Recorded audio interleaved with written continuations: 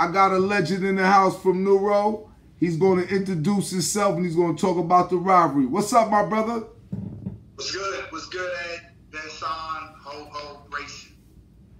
Let me tell y'all about a legacy that goes back, I'm talking about years. When it comes down to basketball between Mount Vernon and New Rochelle, it's a rivalry that was like, I'm talking about filled the county center.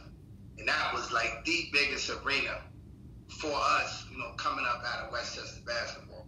Now, New Rochelle is what I represented. You know what I'm saying? I came out in 1987. So the years that I was in high school, from 85, 86, Mount Vernon had always beat us when it came down to the county center. You know what I'm saying? And some of the players I played with was 85, I had Jimmy McGee, John LaMerch. I mean, Jimmy McGee probably was, if not one of the best, and definitely in the county. You know what I'm saying? If not ranked in the state. So me and Jimmy grew up together. Me and Jimmy played a lot of basketball together in the projects. You know what I'm saying? We was known down Howard for basketball. And so Jimmy, when he came out that year, he was lighting it up. I mean, there was some games Jimmy might have had 40, 50, 60. But the thing is, with Mount Vernon, it changed. Shit changed. You know what I'm saying? If I can remember correctly, that Jimmy would know better.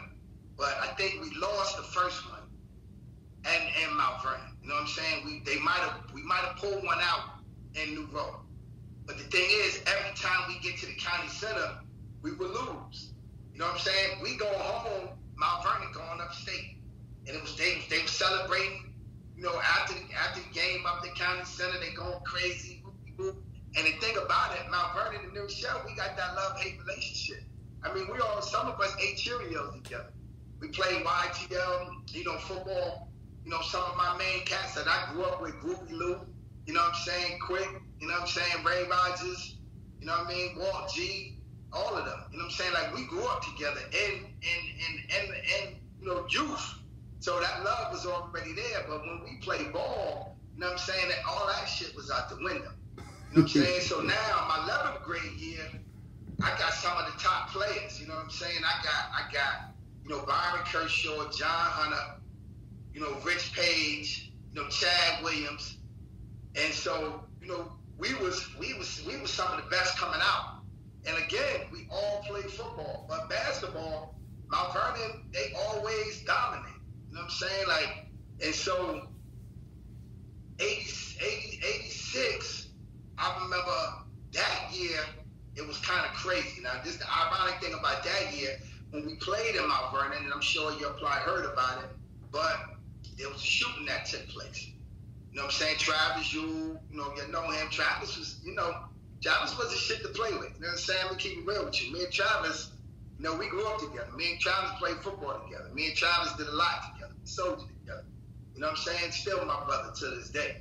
So, I think it was, some of the, cats from YG or whatever it was. And, that happened.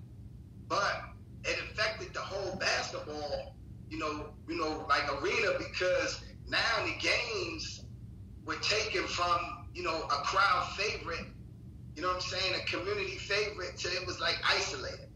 And so the day of the game, I mean, we was playing, if I can recall, and all of a sudden it was just like, they just started yelling and screaming. I remember going up to the locker room, one of the players on Mount Vernon, Rodney Bagwell, you know what I'm saying? If I'm not mistaken, I think he passed. Yes. You know what I'm saying? May the brother soul rest in peace. But Rodney came up to our side like, yo, that sign, you good. You know what I'm saying? You have to come down, you know what I'm saying? Because the first thing we heard was like, yo, they out there wilding. So, of course they want to protect everybody. And so that was in Mount Vernon. We came to New Road when we played them. We beat them in New Rochelle that year. But again, it wasn't no crowd. It was just like ballers. And Ed, Ed, my brother there, we go way back. You know what I'm saying? Ed was a baller. Ed came out, you know what I'm saying? They had a lot of players coming out of Mount Vernon. And then the thing is, because of the love we have for each other, on a court, we act like we know each other. On the court, cats was going at each other's throats, you know what I'm saying? Chest, everything. But after the games, we'd pull up to Mount Vernon, they'd pull up to New Rochelle. You know what I'm saying? One of them probably dated my sister. I dated one of their sisters. So that Mount Vernon near Rochelle thing was something serious. And so again, and we go up to the county center. We won one, they won one. We go up to the county center. Same results. You know what I'm saying? 86. So 85, we lost to Lou Tucker, if I'm not mistaken. Lou Tucker, James Thompson. You know what I'm saying? Them boys was something serious. I even think Lamont had came to New Road that year. So it was Lamont, Watkins, Jimmy McGee, you know, Beaver. You know what I'm saying? Like, we had a team in 85, but couldn't get over that hump. We could not get over that hump. And so 86, same thing. You know, we training all year long. Like that, Mount Vernon was really our motivation. Because it had been, I don't think Mount Vernon lost to New Rochelle for maybe like 16, 17 years. That's how long Mount Vernon was dominating when it came to basketball. So 86, you know what I'm saying? I'm a junior this year. And so we lost one, we won one. Now here it is, we going up to the county center. Again, we lose the game, you know what I'm saying? And it was kind of like, that from that point on, I already knew what my mission. I just want to stop you. I want to stop you for a second. 86, okay. 86, y'all beat Mount Vernon twice in regular season. That's when the shooting happened. Y'all went to North Rockland. Y'all went to North Rockland and spanked them. So this is the first time BK, he said it. Y'all was up 2-0 going to county center. I just wanted to correct that. Yeah, it wasn't no split. Y'all was up and y'all spanked us twice because y'all was averaging like 90 points that year, 86 in New York State. Y'all was the highest scoring team that year. Yep. Right. Okay. All right. So look. So now I just got corrected. So 86, we actually beat them twice in the regular season, and we was the highest team scoring in 86. And the reason why, all we did was press. You know what I'm saying? Bostic had us pressing from baseline to baseline, the whole 92, 93, 94 feet straight up. You know what I'm saying? So from the time the team took the ball out, it was man to man. And then not only was it man to man, but we trapped them. So yeah, we took two during the regular season, but then the county center, really, that's where you really want to meet. That's where you really want to win.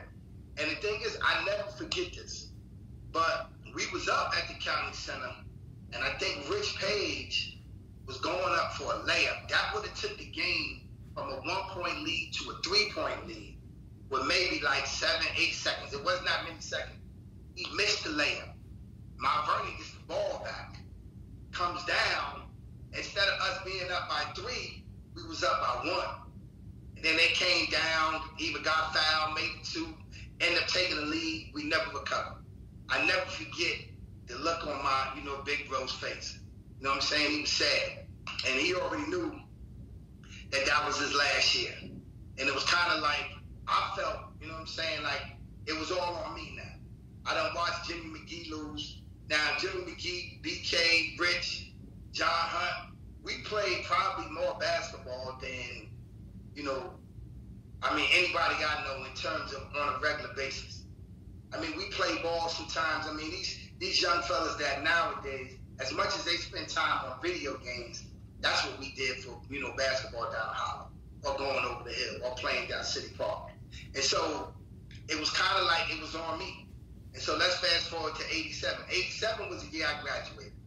So 87, I came, and when we played Mount Vernon, the first game we actually lost to them. So we played Mount Vernon and Mount Vernon. We lost by 1 point. You'll peep this. So it was a close game. It came down to like 2 seconds. You know what I'm saying? We was down by 5 actually, right? So we was down by 5 with probably less than 30 seconds left. I come down, I get a steal. Walt White was one of the players. Terry Steele was one of the players. Rod Swain, you know what I'm saying? He was another one. They even had Lil Burton. Burton was on that team, and Harold Lee. Those was like their main core players. And so I ended up getting a steal. I think I stole the ball from Swain. I came down, boom. You know what I'm saying? Hit a 3. Now we down by 2. They come down, miss the shot. It's literally 2 seconds on the clock. They fouled me. I get fouled with 2 seconds on the clock.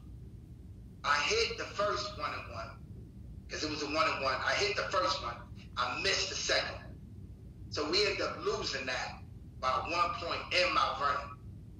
Now, the second game, we come back to New York. We blew them out.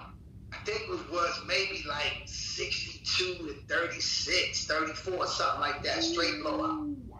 You know what I'm saying? That game, Boston was tight. He was like, listen, going to the press, pressed him. I think Swain might have had maybe 2 points, if that. You know what I'm saying? I was on Swain the whole game. I think their leading scorer might have been Terry Steele. Steele might have dropped like 8 on us, 10. You know what I'm saying? How Lee did what he did. For our team, I know Cool probably led all scores. Because all we did was press and then throw it down low. And so that rivalry was something serious. And so now it's 1-up. Now we go on to the county center. But this is the thing. That was the only year we didn't play at the county center. That year we actually had the game at Westchester Community College. Westchester Community College. And I was feeling some type of way because I couldn't wait to play at the county. The county was like, a smaller version of Madison Square Garden and shit. You know what I'm saying? But young brother coming up in Westchester, that was our MSG. And so we had fucking levels, like tiers. Even the ground, you know what I'm saying, seats, they kind of go up. And then you had the top level. So the county was really where you wanted to rock, but it was what it was. That shit was out of my control. So we ended up playing them at Westchester Community College. When we get to Westchester, you know what I'm saying, we pull in, see the parking lot crazy. You know what I'm saying? We do, go to the locker room and all that. Bostic's getting everybody hyped. Like, this is it. This is what you've been waiting for. He's talking to me. At the time, Reverend Sampson was our assistant coach. You know what I'm saying? And Rev was, he was kind of, normally, praying. Rev was even hyped. Everybody was feeling the energy because this is the year that we getting over this hump. This is the year that we gonna finally beat Mount Vernon. I wasn't losing this game if I could help it. And so it was tight and shit. We come out, standing room only. The joint was packed. I mean, you talking about the rivalry was so large. I mean, New Road and Mount Vernon, because of the energy, the whole communities was there. So you got everybody from, former players, celebrities, young players, cats that's from the community, even, the Bronx, White Plains. Everybody wanted to see what New Rochelle and Mount Vernon did when it came to basketball. And so we ended up, I think I had like 20-10. You know what I'm saying? I think I had 20-10 if I'm not mistaken. So we ended up winning that game, and that was like the ultimate when it came down to, Mount Vernon and New Rochelle. But let me just say this real quick. That was when we won that game. That wasn't because we ended up playing Gordon before we went upstate. I guess we was in the same bracket. So we had to beat, Mount Vernon. And then based on their seed, I think we was 1. Gordon might have been number 2. Mount Vernon was number 3. So we ended up playing Mount Vernon. But that was really the challenge. And so when we won, that was literally the first time New Rochelle beat Mount Vernon in advance in the state tournament. If I'm not mistaken, it might have been 18 years, if not damn near 20 years, my G. Straight like that.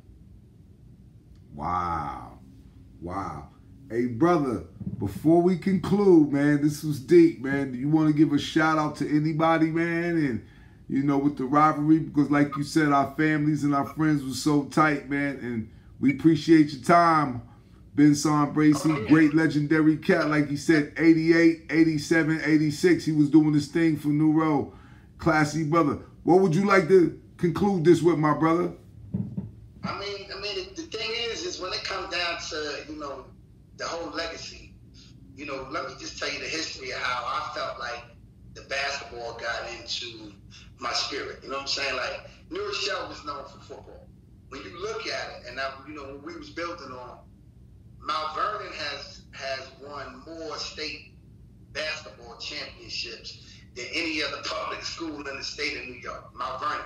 Look it up. It's proven fact. New Rochelle has won, if not number one, number two, the most state championships in terms of, we both talk about public schools and their divisions and football. So when it comes down to, you know, that rivalry has always been there. But Mount Vernon is really like the big brother. New Rochelle is like the little brother. So for us to take it to that level, and Mount Vernon produced numerous pro basketball players. Y'all all know, you know what I'm saying? You know, the Williams brothers, the Moores, you know what I'm saying? The McCrays. Y'all all know the history, Ben Gordon. I mean, the list is going to go on. It's going to keep going on.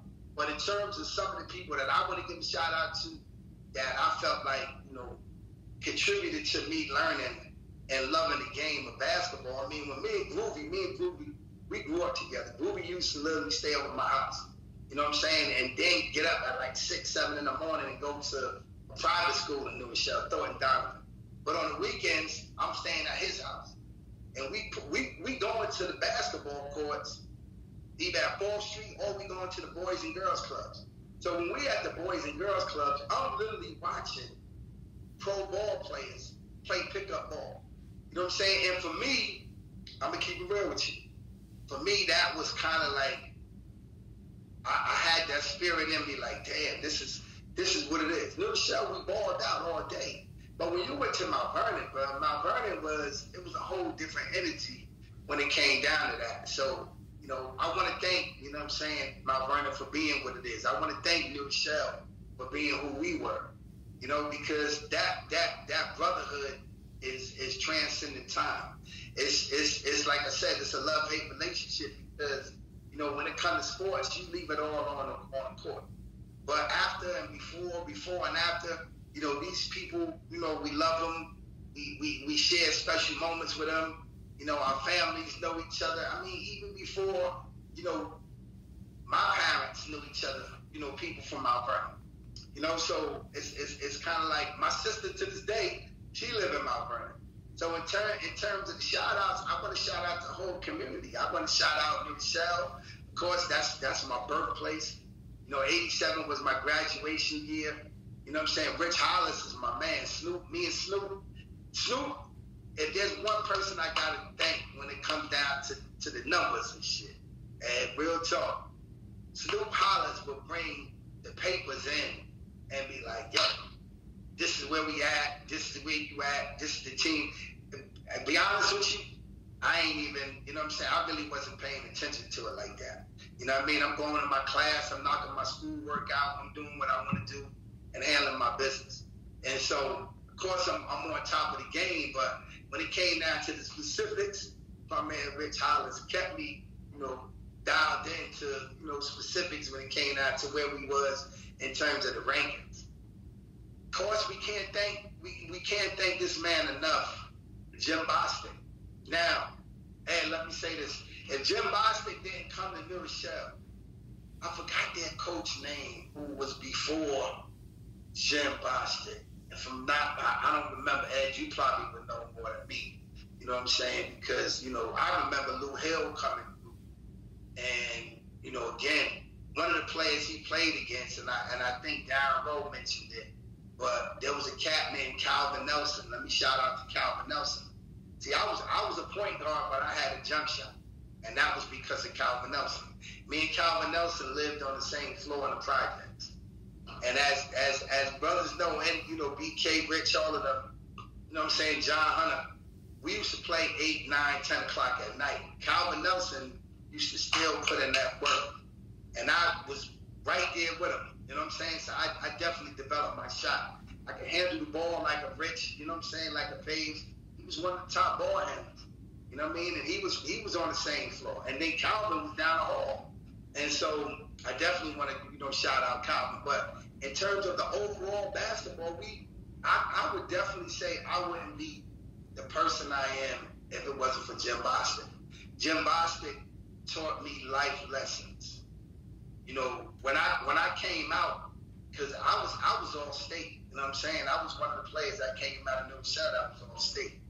And then there was an award for the top ball player in Westchester. You can still look it up. You know what I'm saying? It was Mr. Basketball. And I already figured that I was going to get that award because, you know, I was all-state, you know what I'm saying, New Road won the title, you know, up in Westchester. I was first team All-American. So everything that I figured, you know what I'm saying, Con Ed Award recipient, MVP of the tournament, everything that I figured that deserved that award, you know what I'm saying, I was going to get it. But, you know, life happens. I ended up getting caught selling crack. So they had a seal indictment on. And so after the season, Jim Bostic, Joe Johnstone, the head detective, and Reverend Sampson, and Bostic, he can attest to us, they all came to my house. And like I said, I love this man. And at the time, I was upset with him, but this man helped me to, you know, look at priorities. And so he came to the house, and I'm about to eat some spaghetti or something. My mom's called me in the back room, like I'm thinking she called me to eat. When she called me out of my room, I see Coach, you know, the head detective, and the reverend and shit. Excuse my French. But I'm like, you know, Mom, what they doing here? And so she was like, you need to have a seat. So I'm like, dang. And so Johnstone is like, listen, you know, unfortunately, we got pictures of you selling crack to an undercover. And I already knew who it was. Because most times we were selling our projects. I never went outside the project. There was this one time, you know what I'm saying, I played myself. It wasn't a crazy amount of money, but it was kind of like I trusted somebody I shouldn't have trusted. He was like, come on, man, let's go outside. Let's do this, that, and third. I shouldn't have done that. Did it. It was what it was. They got pictures, literally. He showed me the pictures. So he pulled out the pictures, and he showed me doing hand-to-hand. My mother couldn't understand it. She's like, how the hell you playing basketball, doing what you're doing? My grades was 89, 90, you know what I'm saying? My grades was up.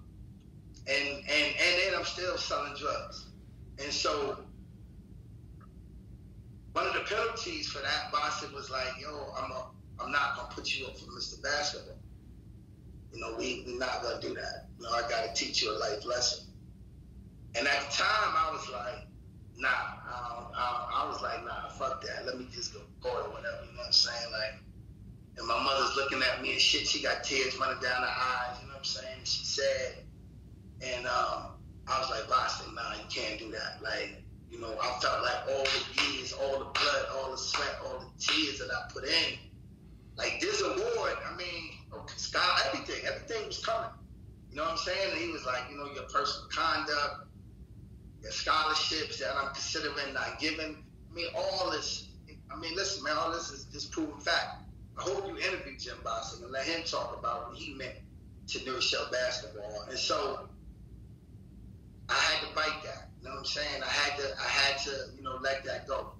I had to realize that, you know what, this man is doing something right for me. And so literally after dealing with that, seeing how much I hurt my mother, you know, I knew I had to right size a different course when it came to my life. And so I wasn't put up for Mr. Basketball. You know what I'm saying? They never took me in. They kept it amongst the family, and they left it like that. And so, Mr. Jim Bostic, if you're watching this, you know what I mean? I want to tell you thank you. I want to tell you I appreciate that. That life lesson, you know, was real. Because life is more than just ball. But let me see. Who else? All my homies that I grew up with, man. Rich Page, BK, John Hunter, Jimmy McGee, Calvin Nelson, even Mount Vernon cats that I play with all the time. Luke Tucker, you know, shit, Carl Watkins. Listen, man, Carl Watkins. When Carl Watkins came to New Rochelle, in terms of Summer League basketball, Carl Watkins came up to New Rochelle. Like, Lamont, that's my homie. I love Lamont. But to me, I didn't see a prettier jump shot. I'm talking about coming down off a fast break than Carl Watkins. So, you know what I'm saying? Me and Carl go way back. You know what I'm saying? Big bro, want to give him a shout out. Of course, you, Ed. You know what I'm saying? Always being that positive energy when we seen each other. Whether we was in Mount Vernon, whether we was in New Rochelle, want to shout you out. You know what I mean? And for you to have that pioneer, you know, mentality and doing what you're doing, bringing brothers together so they can tell their story. Give you that credit, give you your just due. Let me give you your flowers while you're here. Who else? Groovy Lou, you know what I'm saying? Got to give Groove nothing but respect, man, for bringing me out there. You know, his mom, you know, my Aunt Van, you know, Big Lou. You know what I'm saying? May his soul rest in peace. You know, Sister Stace. You know, that's family to me. I love them. You know, just again, man, just the whole, you know, New Rochelle community, those that played, you know, ball before me, the young brothers that's coming up after this. I hope this documentary touch y'all, you know, and make y'all want to come with that spirit and just leave it all on the court. You know what I'm saying? In the city of Mount Vernon, I hope we can come together, you know, put down the violence, put down the guns, and that's the thing about us. And I'm going to end it on us. I'm going to end it on this. What we did, really that Travis incident, that gun incident, that was definitely something that, you know, it was to the left. It wasn't really the players. Because the players knew each other for so long, you know what I'm saying? Our energy, we left it on the court. And after we got off the court, you know what I'm saying, we loved each other. We gave each other that respect. We gave each other, you know what I'm saying, that honor. And I hope that mentality continues to be pervasive when it comes down to basketball between the rivals, the serious rivals. And look, Nubo, you gotta get your motherfucking weight up. When I looked, Blobby in a minute, man, New Rochelle probably lost to Mount Vernon 15, 16 straight times. And, you know, within the last, I think my son and them won probably in maybe 2018, 2019, or something like that. You know what I'm saying? So, besides that, let's continue the love. Let's continue the peace. Let's continue the happiness. I'm out. Yo, we love you, Ben Son Bracy, man, a.k.a. Ho-Ho, New Rochelle legend, man. Thank you for your time, my brother. We out, and we love you. The rivalry continues. Much love. Love you too. Yes, sir. Love you too, appreciate it. Right. Yo, check it out. This is your man's Byron B.K. Kershaw from Now Room. You know what I mean? One of the hoop legends that came through. I just want to give y'all a little snippet about how we got down. I'm from 84 to 86, New Row High. You know what I mean? Jim Bostic was our head coach. And actually, when I got on the squad in 84, I got kicked off the squad because of my grades. So I didn't even play my 84 year, which is my 10th grade year. So I set out the whole year because I was ineligible on the academic side. You feel me? Now, not that I wasn't smart. And nigga just had the juice that he was so nice. Niggas told us we had to go to school. So I took that shit around with it. But to make a long story short, me and my man Rich Page, Spider, we worked out the whole summer. Boom. Came back. Niggas ain't really, I was already on the radar because, you know what I'm saying, from what I put in, I was already established. But I had a crew of niggas that rocked with me, but they wasn't on the radar. So what I did was, I knew what it was going to take to get them niggas to get a spot. Boom. This is what y'all going to have to do this summer for all of us to be able to rock together. This is all the niggas from the same projects. So boom. Niggas is listening to what I'm saying because I'm already stamped. They see the shit that I did where it got me. So niggas is rocking with me. Even though we the same age, the shit I did with basketball gave me the maturity to where I was older than them niggas and what we was doing. I had the most motherfucking experience, so you gotta listen. And the shit works. So the more to the story, I had niggas running the stairs with the weight vest, 35-pound weight vest. My nigga, boom, run up the 6 flights of stairs, come down through the 30 push-ups. One time, boom, we doing this shit 25 times, nigga. To the top of the stairwell, down, push-ups. Mind you, we from the projects in New Row called a Hollow. Niggas is shooting dope, getting high, all types of shit while we working out. So there's no excuses for these young bucks now talking about the element and all that shit. If you hungry and you got a passion to dream, nigga, you gonna die trying to get to where you gotta get to. You feel me? So that 50 Cent owe me some money too on that get rich or die trying shit. Because we was doing that shit in 85, 86, nigga. You heard what I'm saying, Easy? But anyway, back to the hoop side. We came to the tryout in 85. Boom. Niggas already knew I was standing. My cats come in the gym. Jim Boss was the coach at the time. He like, yo, who these cats? He asking me, yo, Vernon, who's these guys you got with you? What you mean who these guys I got with me? These are the niggas who gonna be on the squad with me. So, you already know I already got this stuff planned out and picked out. Jim, these niggas is running with me. I'm telling you, give them a shot. Boom. So my cats get a chance to get on the floor. At this time, it's Jimmy McGee, Beaver Donald Ross. My man Donald Beaver Ross, Lamont Watkins was a transfer from Mount Vernon High School. He was like one of the top scorers over there, so he transferred over to New Row. So this was his senior year, which is my junior year. So, you know, I brings my crew to the tryout, whatever. Jim Bossick's like, he already got a bunch of spots. The only spot really left was for me, for the cats I ran with. So you already know that was going to be a problem. So I need my cats to rock. So when we got into the tryout, Jimmy McGee was already an All-American at the small forward slot, and that was my position. And Diva was a starting point guard. That was my man Buck's position. And my man John Hunter, he was playing behind Lamont Watkins, and Chad Williams was playing behind Lamont Watkins. All of us came up together. So I'm kind of giving you the scenario. These cats was like 3 of the best cats in the county. So when we came to the tryout, my cats took over the tryout, the no-name niggas. So they already knew I was going to shine because, you know, I was cut from that cloth. But my cats was unknown. But the work, see, it goes back to your work. When you put that work in, it got to reward you, bro. So my cats was shooting jump shots outside in the court. I'm talking about shooting 800-900 jump shots a day. Cats was driving 800-900 rebounds off of every miss. I mean, cats was dribbling with the blindfolds on, bro.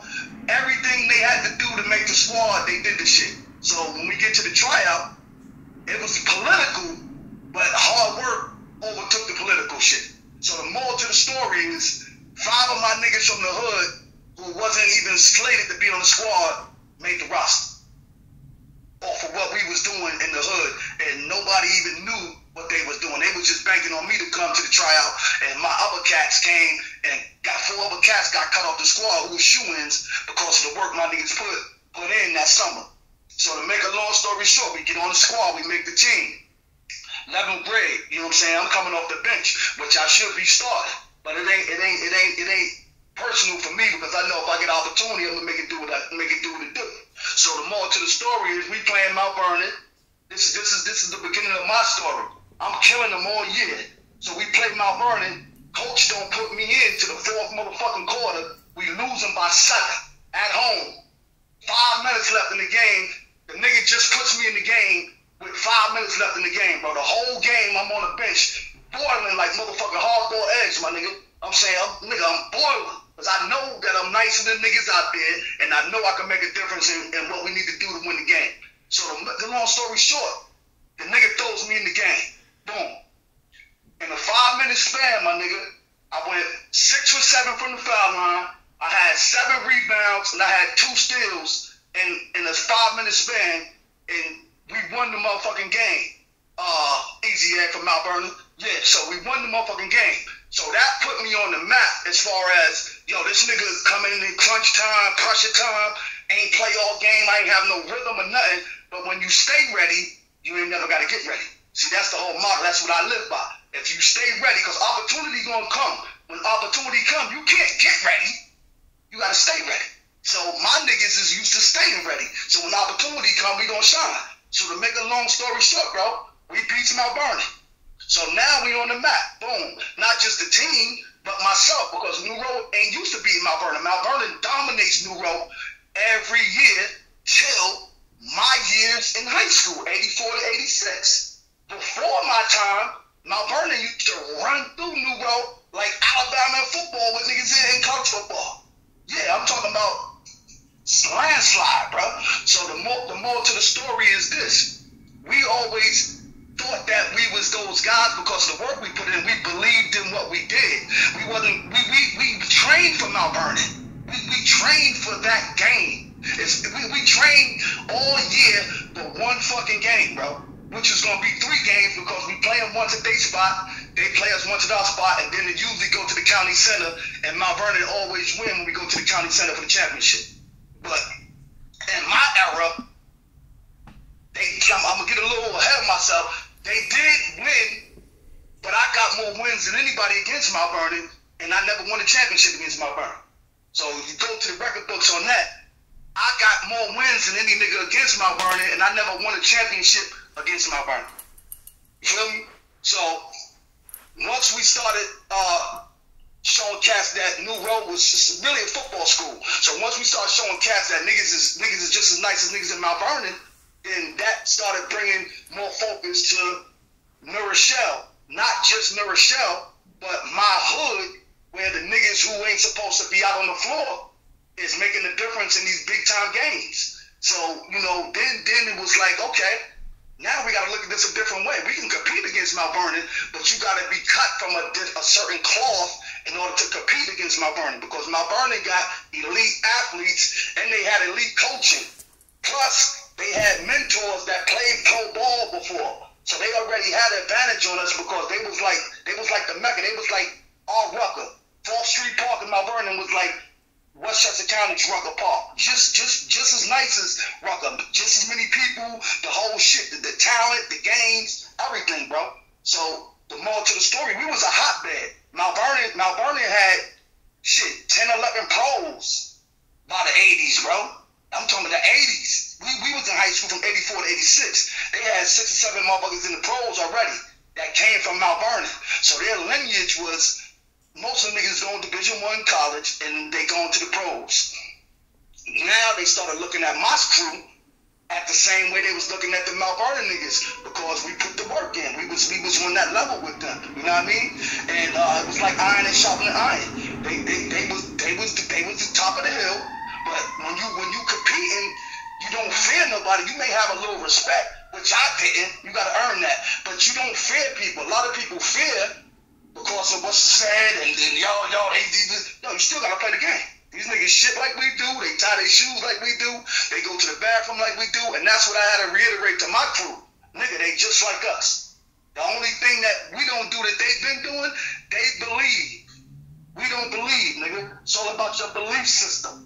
So once my niggas started believing that we can get the shit done, it was a wrap. Now we was on an equal playing field. It wasn't no more Mount Vernon dominating New Road. It was like, yo, it's a toss-up, nigga. We don't know who's gonna win this shit. I'm talking about the rivalry was so lopsided, bro. It was like you come into the game to watch niggas from Mount Vernon dunk on niggas from New Road and disrespect them and all that shit. That's what it was really was about. It was one-sided, bro. You feel me? So once 85 came, we go to the championship against Mount Vernon. I breaks my ankle in the first half. Finished the game with 15 points, 17 rebounds. I played the second half on a broken ankle. We lost the game by about 5, I think, that junior year. So now, all off season, you already know what it is. We're working towards Mount Vernon, bro. Now we seniors. Now it's our time. We the big dogs. We ain't up under no motherfuckers. It ain't political. We the niggas, and everybody know we the niggas. So now my crew, we working extra harder. But the work becomes more easy because we know that we already belong and we know what it takes to do what we need to do to beat these cats because we already beat them before. So now we got some concept of what we need to do to stay on top of this shit. So my job was to motivate niggas and get niggas to work out. I was known for that shit. I used to wake niggas up 6 o'clock in the morning, knock on everybody's door in the projects and tell them niggas meet me on the court, bro. As a kid, and niggas follow my lead. I always been a leader. So even if I was doing wrong, nigga, I was leading niggas. I wasn't never no follower. So niggas already know D got something going with D gonna make shit crap. So more to the story, my niggas were dedicated to the workout. Worked out all summer, nigga, all summer. Running the stairs, boom, running through the city, jogging, doing 12-mile runs and all that shit. Boom, workout, push-up, weights, all that shit. So now we get back to the season. Boom. Mount Vernon. We bust their ass the first game. Boom. The thing about the first game, there was a shooting. There was actually a shooting at the game while we was playing. We playing each other. A shooting took place in the school, bro, at Mount Vernon our senior year while we playing. So that kind of fucked up the little mystique with all that, this and that. So the next time we played Mount Vernon, we played them in a spot where there was no spectators. We had to go up like about 100 miles to North Rock and up in the country. Closed gymnasium and everything. We bust their ass again. So Now we think that we overconfident. Now we like, yo, we got these niggas, yo, we good. Boom, boom, boom, boom, boom, boom. Now, to Mount Vernon's credit, you can never underestimate a champion. The motherfuckers got championship pedigree in their blood. They used to the shit. So I'm telling my cats, you can't take your foot off the nigga neck because we got him on the ground. If you don't finish him off, the motherfucker's coming back big and strong. This is what they known for, dog. So the moral to the story is Mount Vernon comes back to the county. We beat them 2 times in the regular season. Never been done in New Rochelle, Mount Vernon history. Let me say this again. Never been done in the history of New Rochelle, Mount Vernon. I don't care how many jerseys retired in New Row and all that. No crew did what my crew did against Mount Vernon. So now we get to the championship. Boom. I breaks my ankle halfway through the season, so I've only played 15 games my senior year. Mind you, I broke my ankle in the championship game the year before. We 15-0 when I break my ankle. Please monitor that. We're 15-0 when I break my ankle. So I have to sit out the whole season on rehabbing at Iona College every day. Boo, boo, boo, boo. After school, nigga, I'm over at Iona College where my niggas is practicing. Rehabbing with Iona College trainer, Mr. Trainer B, old white cat. They taking care of me. Boom. So I'm about 70%. So now we playing Mount Vernon again in the county center. There's no way I'm missing that game, bro. I don't give a fuck if I have to get my leg amputated. I'm playing that game, bro. My whole life was built on this shit for this particular situation. So make a long story short. We got a bunch of sophomores and juniors that's playing in my spot, and the other cats, because I'm missing at this time, the continuity of what we was doing is all fucked up because I'm the leader. So once you chop the head of the leader off, you already know everything else gonna follow. So mind you, we beat them twice, but it wasn't meaningful. They wasn't meaningful wins because the chip wasn't on the line. Mount Vernon is used to playing for the chip. So it's a different intensity when you playing for the motherfucking chip. So my cats are still going into that shit with the regular season mentality. So when we get to Mount Vernon, everybody got us to win. Everybody's predicting us to win. First time ever New Rose picked to beat Mount Vernon in the county center. That's like they second fucking home, bro. You know what I mean? Them niggas, that's like the home court for them niggas, yo. So to make the long story short, we get to the game, boom, boom, boom, boom, in the layup line. I'm trying to get my little shit off. I'm like, man, my shit ain't really feeling right, but I'm trying to loosen up because I know they need my leadership. Even if I don't perform like I normally do, my leadership's gonna be important, bro. So we get to what we doing, boom, boom, boom, boom. It wasn't our day, though. Like once again, Mount Vernon prevailed. My man Easy Ed Wiley was the catalyst for them. That's my brother from another mother. Light skin is still in. You know what I mean? Lucky Lefty, that's my guy. He catapulted Mount Vernon like he's supposed to. Because he was their leader and he was their BK in Mount Vernon, and I was their Ed Wiley in New Row. Facts.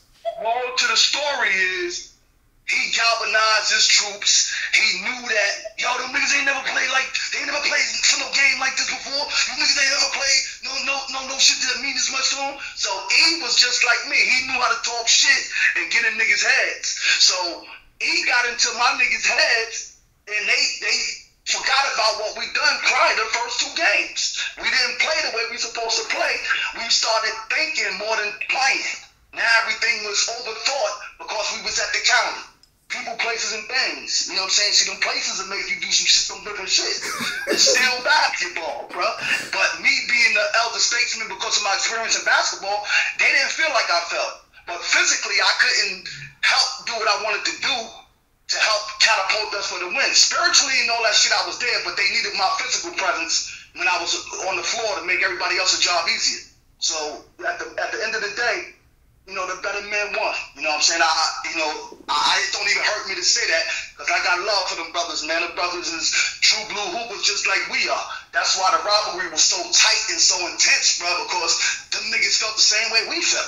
Them niggas had NBA aspirations like some of us did. Them niggas had D1 aspirations like some of us did. So the shit, it was like iron is sharpened iron, bro. So if anybody was going to beat us, fuck it, let them niggas beat us. At least we know they going to go take the whole shit. I hate for a nigga to beat me and then you get bumped the next fucking game. Then you might as well let us stay in the motherfucker. At least we knew Mount Vernon was going to win that. If they beat us, that was the championship. Ain't no game going to be harder than our shit. So whoever won that game was going to win the chip every year pretty much anyway. They had a couple teams up north, you know, Wappinger Falls and all that bullshit up there. But, you know, they ain't never seen no niggas who play like we play. They was playing that slow down basketball, score 25, 23 shit. You know what I'm saying? We was averaging 93 points a game at Rochelle High School, bro, in 1986. #1 scoring school in the nation, my nigga. 93 points a game in an 8-minute quarter game. 32-minute game, we averaged 93 points a game. When we played Mount Vernon, we hitting 50 points. We hitting 40 points. Because their coach, Tony Ferrantino, he knew how to control the game. He knew he was in tune to, he wasn't emotional. Like our coach was a little emotional. You know what I mean? Because this shit was being done that was never been done before. We was in uncharted territories. We was doing shit that was never done before, but we wasn't comfortable doing it. Niggas was shocked that it was being done instead of embracing the moment. You feel me? Yeah. So that had a lot to do with the approach of us losing the game, because everybody was like waiting for something to happen wrong. No, this can't be true. We beat Mount Vernon into the, yeah, nigga, it's our time. But for what it's worth, they pulled this shit out again. So the moral to my story is, man, Mount Vernon is a hell of a program that I would have sent my kids to before I would have sent it to New Row. I'm a basketball head. I would have sent my kids to Mount Vernon to play with Mount Vernon, bro, and instead of New Row. And if I would have had my choice, shit, I would have played for Mount Vernon, and then it would have been over. Y'all would have been talking about a nigga who had 7 All-Star appearances and All-NBA shit. Hey, check this out. I'm saying this to you. If y'all won this shit without a nigga, imagine 2 or 3 of them niggas I had with me that was dogs if we was with you. We could have took that shit on a national run. Yes.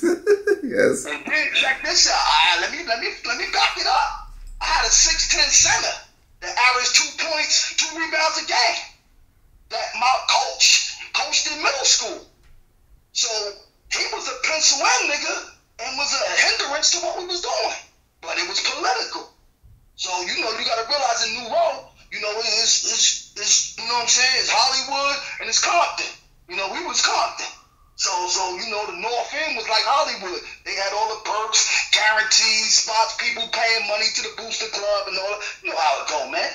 So my thing was, I had a 6'10" center that averaged 2 points and 2 rebounds a game. And we still went 22 and 2, 85, and we went 23 and 1 my senior year. The only game we lost was to Mount Vernon, and that was at the county center. So in my 2 years of playing varsity basketball in New Row, I was 47 and 3 in 2 years at Rochelle High School. I don't know if anybody even got that record to this day, bro. My jersey ain't on the wall, but I changed the culture for Rochelle basketball, and that's undeniable. Niggas can't argue that. I changed the culture. I had niggas believing that they was better than niggas in Mount Vernon. That was never done before. Niggas was inferior to Mount Vernon niggas before I came with the mindset that I came with. This is facts, bro. You know how niggas nowadays no cap, man. Like this is public record, my nigga. Yeah, so it was all about a mindset and going back to life lessons, nigga. That's life. 90% of the shit you do is gonna be a mental thing that you gotta deal with. 10% of it's gonna come from the physical, but the physical only can move off the mental. More to the story, bro. Mount Vernon always played with composure and played like they were supposed to win. That's what winners do. It's a mindset, bro. You know, losing is contagious. So is winning. You beat Mount Vernon now. But guess what? We self-sabotage because we never beat them in a meaningful game, which was the championships. We beat them in regular season on my watch. That was big for New Rochelle because they've never done that, but it wasn't big for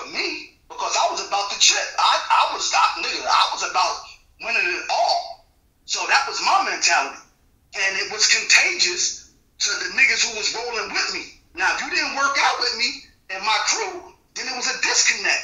But we on the same team.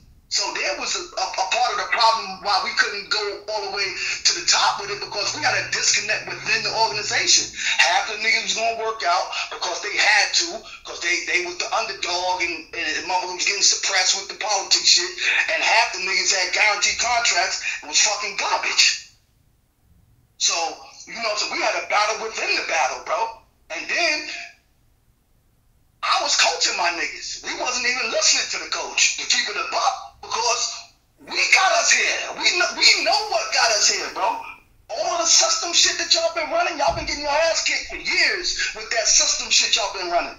I already figured this out. My older brother played in 69, bro, at Rochelle High School. Big Bob Kershaw played in Sweden for 11 years. So I'm saying I already had the DNA and the foundation for this shit. But them niggas never beat Mount Vernon. My brother went to the pros, bro, and he never had the success against Mount Vernon that I had. You feel me? So that's why I hold my head high. I'm one of the few niggas that motherfucking had success against Mount Vernon High School. That's an honor, bro. That's a motherfucking honor. I could walk through Mount Vernon right now, yo, BK, like I'm in New Row. That's the love that I get from them folks, man, because they appreciate real motherfucking hoopers. Like it's a hoop town, nigga. It's like Indiana. Like the Mount Vernon is a hoop town. You say Mount Vernon, y'all hoop all the way. Every year they in the state championship. Right now they in the state championship. Last year they was in the state. The year before that, shit. Hey, help me out. How many states y'all got? 7, 8, 10, 12? That's how many New Row got. How many? 9. Wow. To this day. Wow. Now, don't get me wrong. I'm gonna keep it a buck. I had some youngins up under me, Horse, cousin Ben Son / AKA Ho-Ho, Snoop Hollis, Smoke, Carlos, Richard Carlos, Duke Ross. They won the county the year after we left. But I set the tone with the mindset. They was all younger cats on the squad with us when they seen the transformation of us beating Mount Vernon. So it actually helped the younger cats under us. I didn't win the sectionals, but them niggas won the sectionals off of the shit that I paved the way for. Not with the coaching shit. This is how you got to beat Mount Vernon, bro. If y'all niggas do it any other way than this, how you not going to listen to me and I got the most wins against these niggas, though? You miss me, that. Right. How you not going to listen to me and I got the most success against Faratina? Right. He had to change the way he coached with the way that we played, nigga. We played an NBA-style game in high school. Nigga never seen that shit before. That shit is walk down, pick and roll, Boston Celtic, Bob Cousy shit, 8 passes, back cut, motherfucker, all that shit. That's what they was used to playing against. No disrespect to Mount Vernon. They beat a lot of cupcake motherfuckers to win, but at the end of the day, you only could play who's on your motherfucking schedule. So they did what they supposed to do. But when we came out and showed them a different style of play, we was like motherfucking Nolan Richardson in Arkansas, 40 minutes of hell, bro. You know what I mean? We picking up, I'm telling coach, we picking up 94 feet, bro. Ain't none of that zone shit, none of that. We ain't letting niggas dribble the rock up, get into their offense. Nigga, we playing 94 feet. You need to tell me what type of toothpaste this nigga using, how many calories this nigga got, bro. That's how you need to be in this nigga mouth, bro. ETE, you know how me and you used to have to stick each other, nigga? I used to tell niggas, that nigga chewing Trident gum, nigga, I can see it in his mouth. That's how close I'm to this nigga. Shit, this is what I'm trying to tell you, bro. I'm saying, just off the record, you know, I got receipts, man. Y'all motherfuckers think I just be talking. Yo, and check this out. Let me say this shit off the record too. I don't know how you got it like that, but if you motherfucking got too close to Easy Ed in '86, motherfucking foul whistle.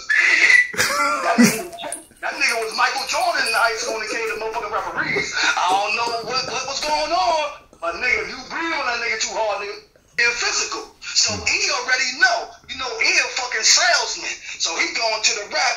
Yo, why he pulling on me? Yo, elbowing me through the cut through. The refs is looking like a fucking hawk. Every move we make. See, we playing street ball with the referees. Now we done blacked out. We done worked out playing the game with the whistle.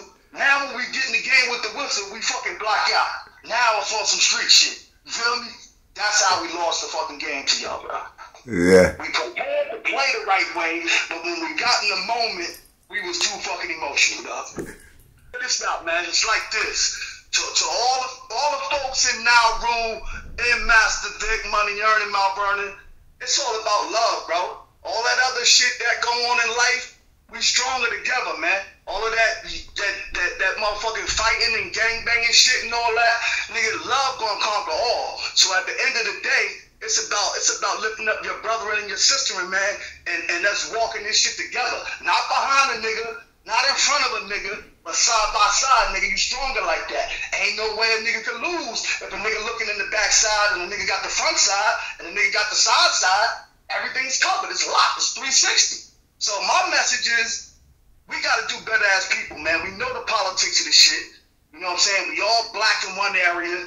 Niggas who got resources, give back to the community, bro. Give back to these young cats. Give these cats a chance so they can, you know what I'm saying, fulfill their dream and we can grow as a culture, bro. It's all about the culture, bro. That's what I do this shit for. To this day, I still send shit to them young cats. Yo, I'm not in New Road, but I rep New Road. I'm sending shit to my cousin Biggie Hollis and Rasheem Young. They coach the program. But guess what? Them niggas ain't me. So they ain't bringing that energy that I'm bringing. They not gonna make them niggas do the shit that I do. I love them to death, don't get me wrong, but that's the politics shit I'm talking about. See, they ain't gonna let the real street niggas fuck with it, because I'm gonna do something with it. Mount Vernon's reign is over if they made me the motherfucking head coach. That shit's over with. Right. I'm gonna keep it a buck with you. Yes, It's sir. over with. They bring me back as the head coach of New Road. Mount Vernon ain't win another motherfucking championship while I'm breathing. Yo, Leo love, nigga. Leo love. You know how we do. We run the world, nigga. Good job. I'ma sign off like this. You still got that fucking luck. The lucky ass left hand Vegas ass nigga, man. God damn, this nigga lucky.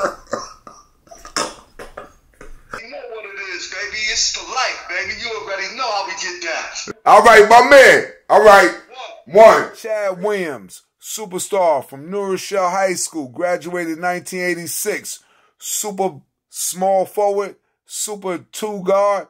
Chad Williams, welcome, man. We want to talk about the rivalry, man, and we want you to talk about your history and what you felt about Mount Vernon and New Rochelle's rivalry, my brother. Well, I mean, first I like to say, when we just growing up, that rivalry was always there, man. I mean, even in elementary school, middle school, so you playing Mount Vernon. And just so we can keep the record straight now, I got a winning record against Mount Vernon. Because it was funny that even in middle school, they told us about, Mount Vernon's coming in, man. And we would beat y'all, every year. And even in the summer league, but then all of a sudden it seemed like when we got to varsity, I don't know where these dudes came from. it was a real rivalry there, So, but we was you always get hyped up, it's Mount Vernon's coming in. I guess even in Westchester, Mount Vernon kind of had the same effect that Brooklyn has in the city. You can't say it no soft way. It's like, Mount Vernon's coming in.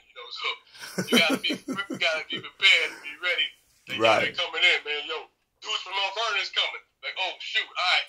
So, but the rivalry was there, man. I think when we got into varsity, and it was tough.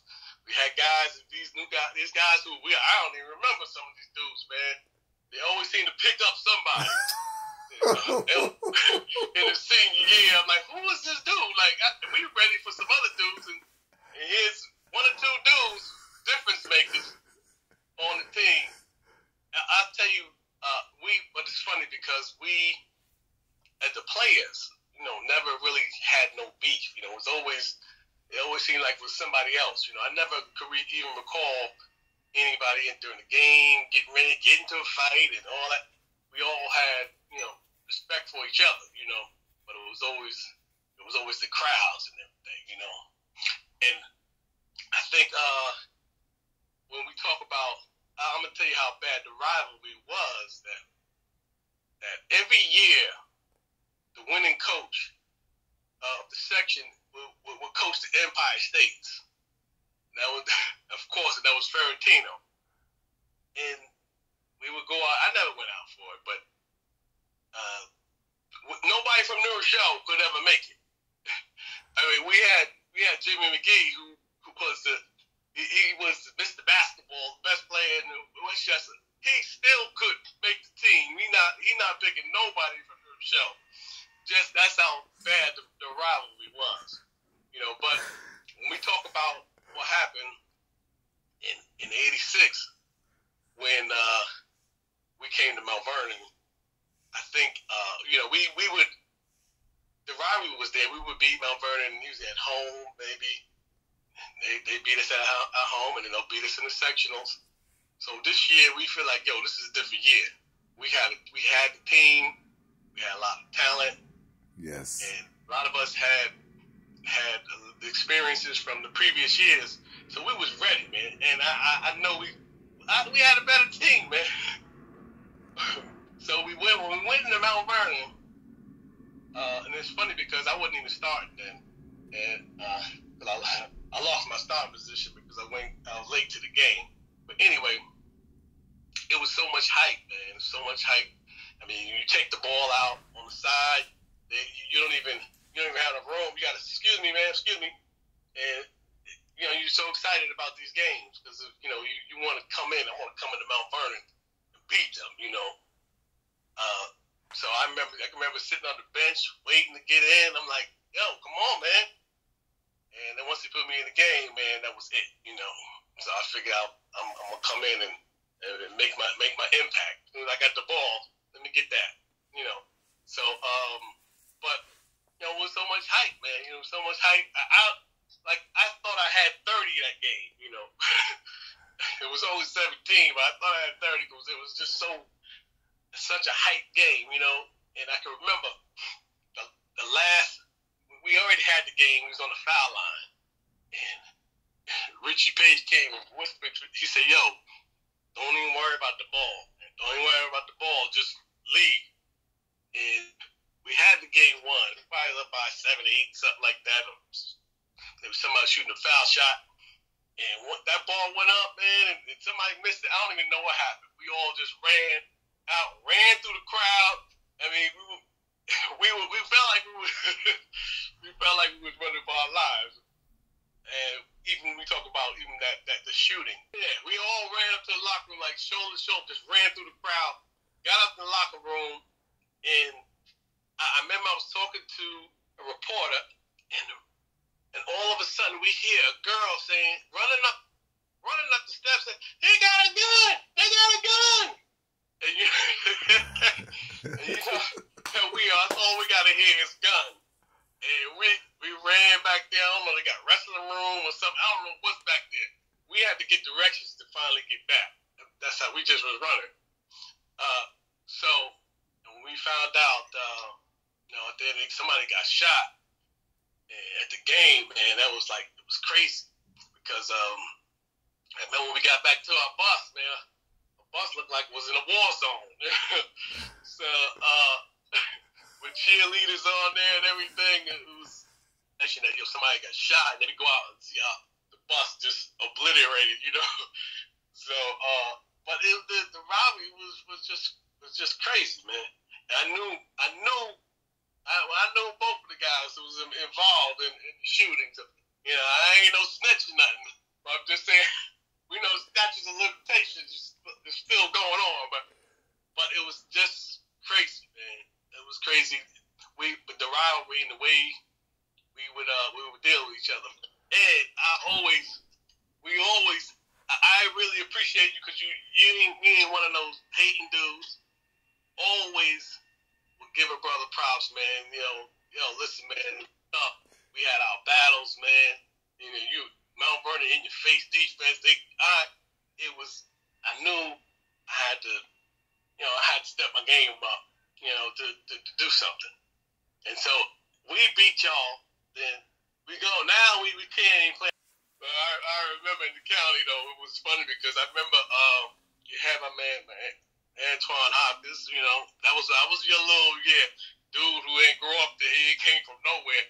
But anyway, I can remember, man, one of the first plays is I pull up for a jump shot and Antoine could jump. And I'm like double pumping, and I called a little foul. I was like, oh man, my coach like, you better pump fake, man. And that was so. Once he told me that was it. It was all day with the pump fakes, Right. But listen, man, y'all beat us, man, when it counted, man. Those things don't never leave you, man. I mean, if I was in the NBA and won championships or whatever, those things still hurt, man. And we know, we should have beat these dudes, man, and we lost, man. So, but y'all beat us when it counted, man. And that stuff still hurt, man. It still hurt, man. Listen, man, I love the rivalry and the challenge. It's always a challenge. You're always ready to let's go, man. And you like, come on, man. Let's go, man. Mano y mano. Yes. Yes. I loved it, man. So, the rivalry. Always, even in just the street, Mount Vernon dudes is coming, man. All right, you go get some cover, man. Mount Vernon dudes coming. It's just, but the rivalry was great, man. It was just, you always know that, and you guys played football with us and everything, stuff, because they didn't have YTL, Mount Vernon, so I knew a lot of dudes, so, and even now, I'm going to tell you real quick, guys tried to get me to go, after playing in after 86, guys trying to get me to go play in the 4th Street Park. I said, nah, son, I ain't going out there. Them dudes going to kill me out there. Damn, dude still say, man, I lost money from you, man. When dudes from New Road, I earned a lot of money, man. I won a lot of money, man, betting on you and this stuff. So I never wanted to play in Mount Vernon. I said, nah, I ain't playing in Mount Vernon, man. Sure, I'd be paranoid. But, I appreciate that, man. They got somebody come to my door now, man. But, so I would like to ask you before we wrap it up, give me 5 minutes, bro. Just if you could think just everything that as a child to a man, just through the rivalry, just through your life of playing basketball, because I had met you as a child and all that, and we still homies as a man. Give me 5 minutes. Give me a journey right now, just through your basketball life right now, Chad. Through college and all that. Give me 5 minutes if you can, King. Okay, real quick. I was a kid prodigy, man. I mean, I think I was playing with with 7th graders. I was in 2nd grade playing, with the big boys and playing with men. I think I when I was in the 3rd grade, I said, man, I'm in 3rd grade. I said, I'm the best basketball player in the school, man. But I worked hard, man. I remember, because I wanted to beat my brothers and everything. You practice, you work hard, and just growing up, man, always fighting them and playing against men and stuff like that. But it's funny because nobody could mess with me. But when I got to about 6th, 7th grade, then I seen this dude, BK, the young kid, he was saying he was doing that on the other end. I was like, who this dude? What? So we had our battles going up too, man. So through there and through high school, you just don't work as hard, man, because it wasn't that hard no more. You get good. But we wasn't prepared for college, man. I mean, as far as academically, I had a few colleges I could have went to. I ended up going to Westchester, for a year. So that didn't work out because he didn't really recruit me. So who was your coach? Who was your coach that year? That was Was his name Mitch? Mitch? No. Short white guy. He'll come to me in a minute. Okay, never mind. Go ahead, bro. Never mind. Go ahead. But you start getting to life, man, and just trying to go for life, man. Was it Coach Harrietta? Harrietta, yeah, it was Harrietta. Okay. It was Harrietta, yeah. Okay. So, things didn't materialize the way you really want to, so, but it's all good, man. It's all good, I thank God, for the journey, So, but, I can't give you no more than that, though. I appreciate this opportunity, man. And I appreciate you, my brother Chad. Always, man. Webster Ave for life, my brother. Yes, sir. Webster, yeah. No doubt. All right, my man. All right. Later. All right.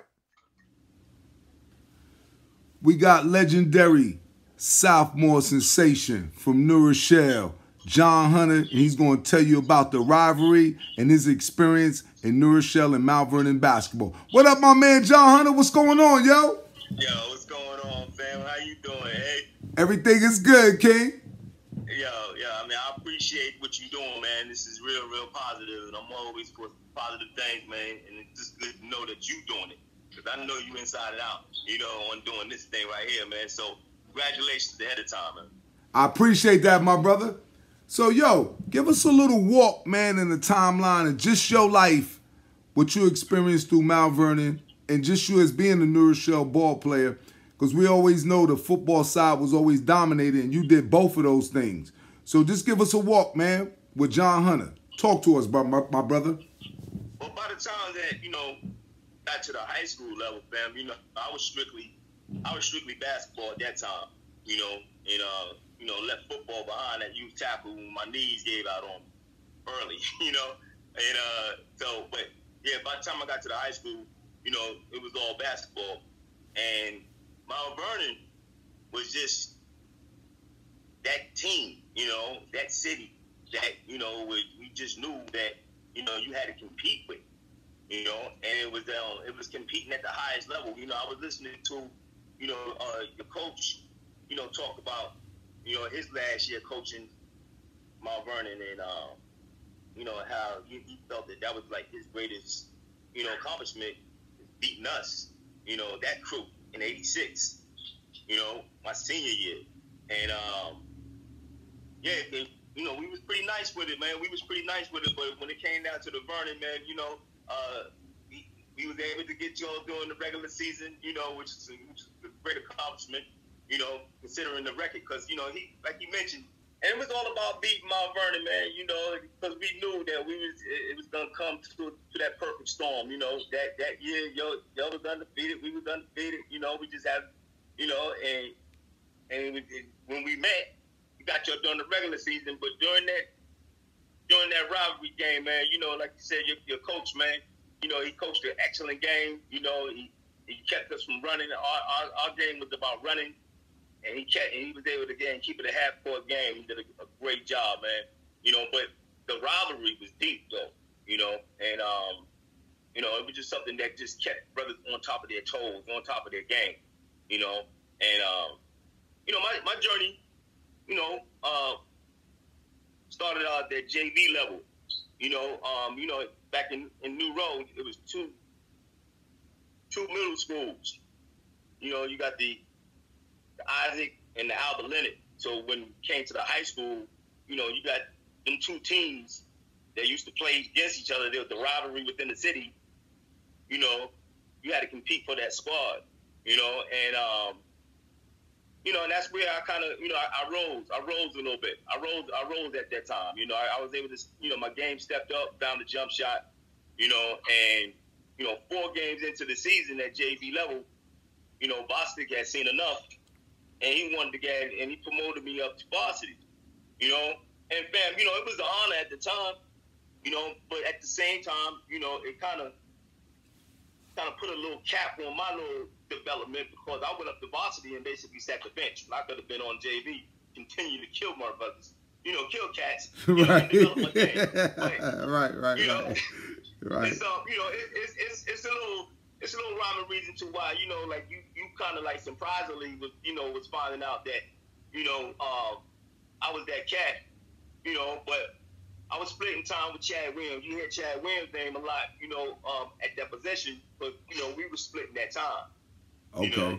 And but to that Vernon game though, you know, and to that Vernon rivalry, it prepared me, you know, for, you know, what I had coming next, you know, which was, hey man, I took what I knew, brought it to Raleigh, North Carolina, St. Augustine's College, you know, and was a walk-on, you know, and just that, and that experience right there was it was an achievement for me because, you know, they recruited and paid and put people in scholarships, you know, and I remember the dude that they had to send home, man, because, you know, they had to keep me, you know, and Right. God bless, man, you know, he blessed me with a, you know, full-time scholarship, you know, to again finish up at St. Augustine's College, man. So, you know, that was pretty much the end of my little basketball career, you know, and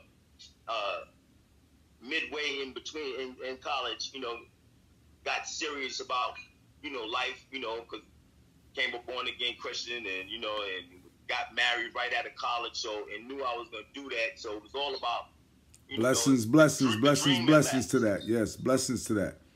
Yeah, the dream was left. It was about, again, you know, become a man again, start making money and take care of these kids that you know you about to have, you know?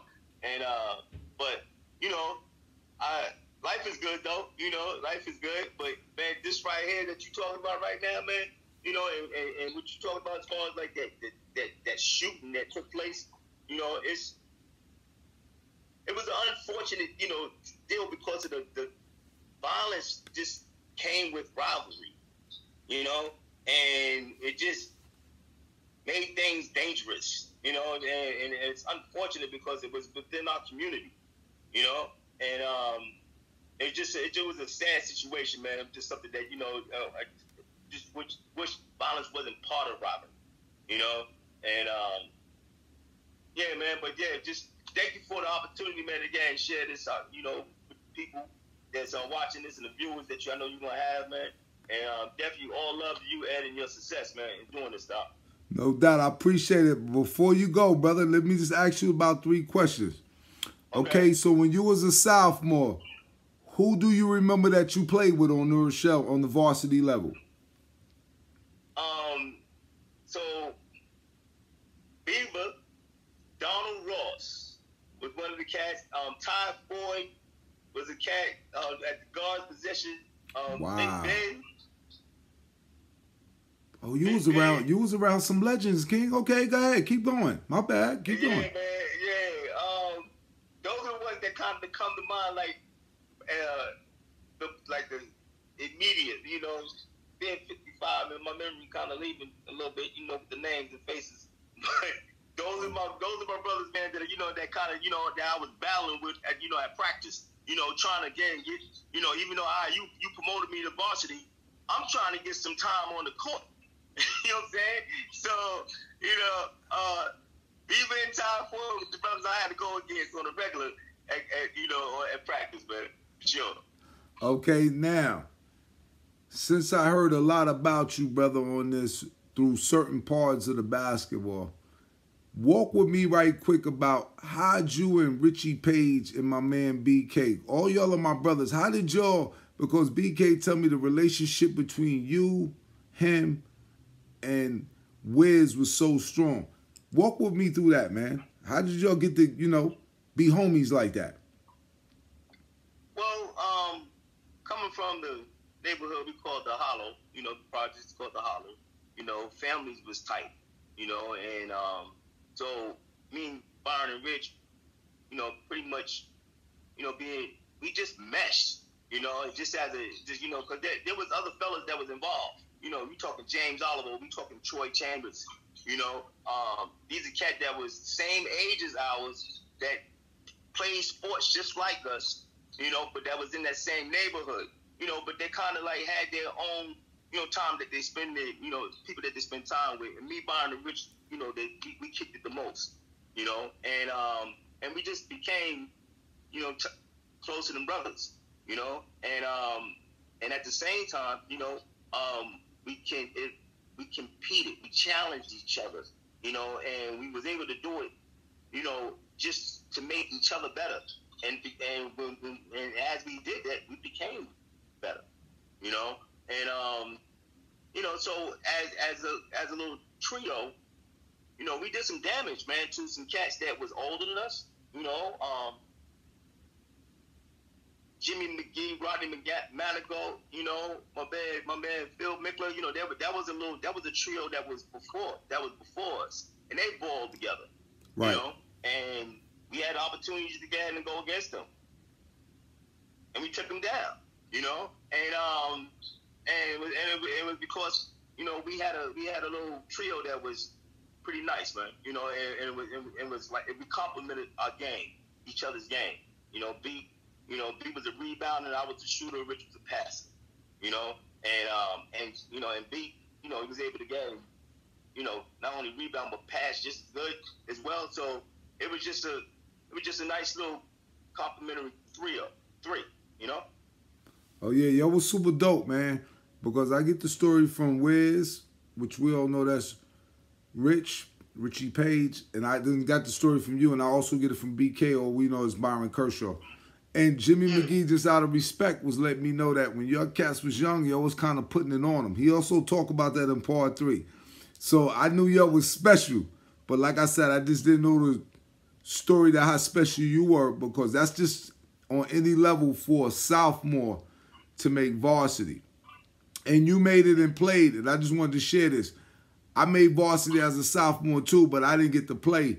I was on, we'll call you up if we need you, but you was there on the bench, suited up, ready to go. And that was me, Troy Hyman, and Paul Bratcher. Ferentino brought us up because varsity was kind of a little shaky that year, but we didn't get to have the privilege. What you had, my brother, is to sit on the bench and get ready and get some playing time. So that is dynamite, my brother. That's dynamite. A lot of cats don't understand that. You know what I mean? From a sophomore making a varsity team. Hey, Ed, I appreciate that, fam. You know, and just like sitting back at this age now and just looking back at that, you know, that was pretty much a strong accomplishment on the guard level on top of it. You know what I mean? Because usually, you know, they'll bring a big man up like that. You know? Facts. But you know, on the guard, you know, it kind of was, you know, it was an accomplishment. You know, I felt good about it. You know, but like I said, man, I just wish that I actually got some playing time. But at the same time, though, the skill level wasn't there for me to get on the court. You know, and I was cool with that, Ed. You know, I was cool with that. I just wish that I stayed on JV and developed that game more. Right. You know? No, I dig that. I dig that. So before we wrap it up, King, we played in 84, your career probably, because you're around me, 84. Probably we had our basketball careers in high school, maybe 83, 84, 85, 86. And we did that on high school level. So now it's almost so many years later. We're in 2023. Just let the people know from Mount Vernon, New Rochelle, our brother John Hunter, the assassin, the offensive scorer, a.k.a. almost like Richard Hamilton doing your thing. What are you up to nowadays, brother? What you doing in life now? Man, I done made myself a career in selling cars, man. Brand new cars, too. You know, I'm actually working with a company called Johnson Hyundai of Wake Forest, you know, and, yeah, doing well, man. It's something that I love to do.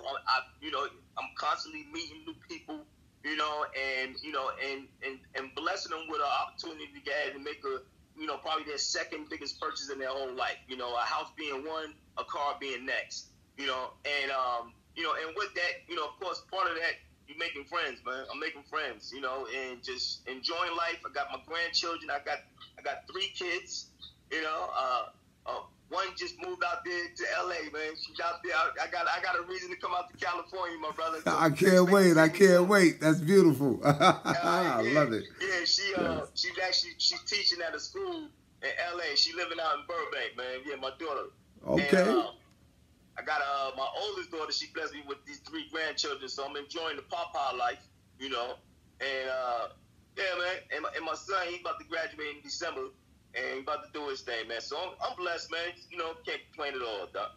That's a beautiful thing. Now, before we depart, my brother, just leave me and the rivalry in New Rochelle and Mount Vernon, the history. Leave us something that you could probably leave us with 30 seconds. What would you want to leave us or leave the fans, the community? What would John Hunter want to say to them through just these memories? What would you want to say, brother? iron sharpens iron. Straight up. Continue to compete. You know? But competition could be done where the end is peace, not violence. Where the end is improvement, becoming the best, becoming the greatest. That's what I got, my brother. Ooh. Yo, John Hunter, we love you, man. We love you. Hey, I love you too, my brother. I appreciate you. Hey, all right. Yes, sir. And the rivalry continues, my brother. I love you. No doubt. Yes, sir. Yes, sir. All right. 1.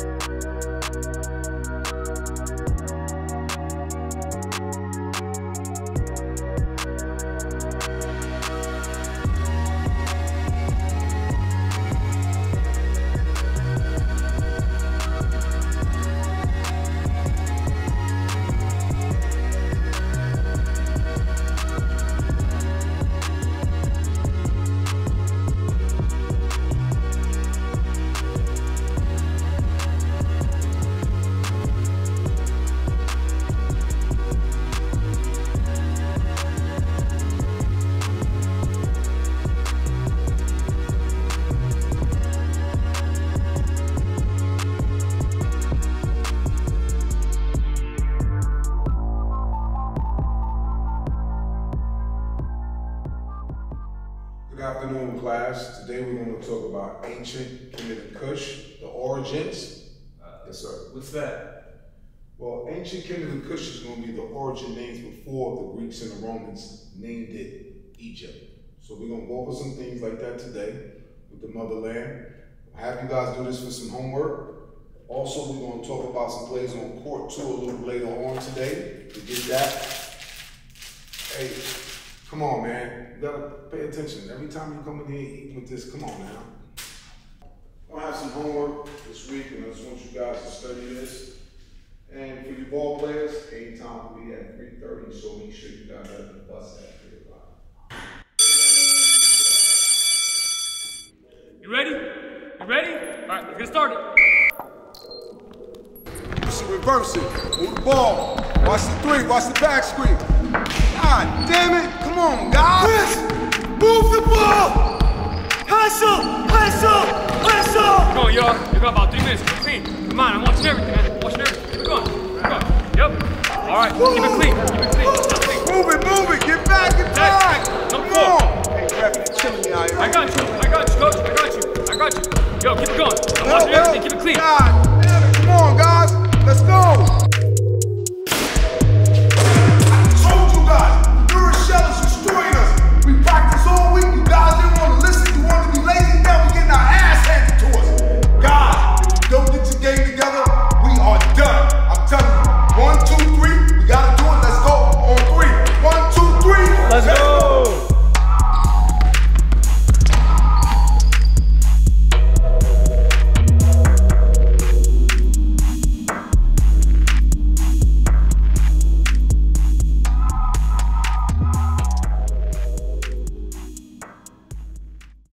Up here from the Bronx, I ain't know. My pops used to ref.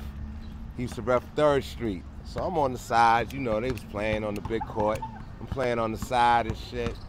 And I'm doing what I do on the court. And they like, yo, where you from? I was like, yeah, I'm from the Bronx, but I just moved up here. They like, oh yeah, where you live at? No, Rochelle. The ball was bouncing, everybody looked at each other. I felt the vibe immediately. I was like, but my man, I'm from the Bronx. I'm from the Bronx, you know what I mean? So I was just drafted into the bullshit by default due to my address and my zip code, you know what I mean? But the rivalry is gone. I don't know if niggas remember the movie Ragtime back in the day, you know what I mean? Yes, sir. That was based out of New Rochelle. And a black man had a whip, and they was hating on him. You know what I mean? But I think it's safe to say that rivalry is gone since the 1800s. You know what I mean? And I think it's still going on today. You know, Mount Vernon, they known for the ball. You know, they got legends coming out of there. And we got some legends out of here in New Road too.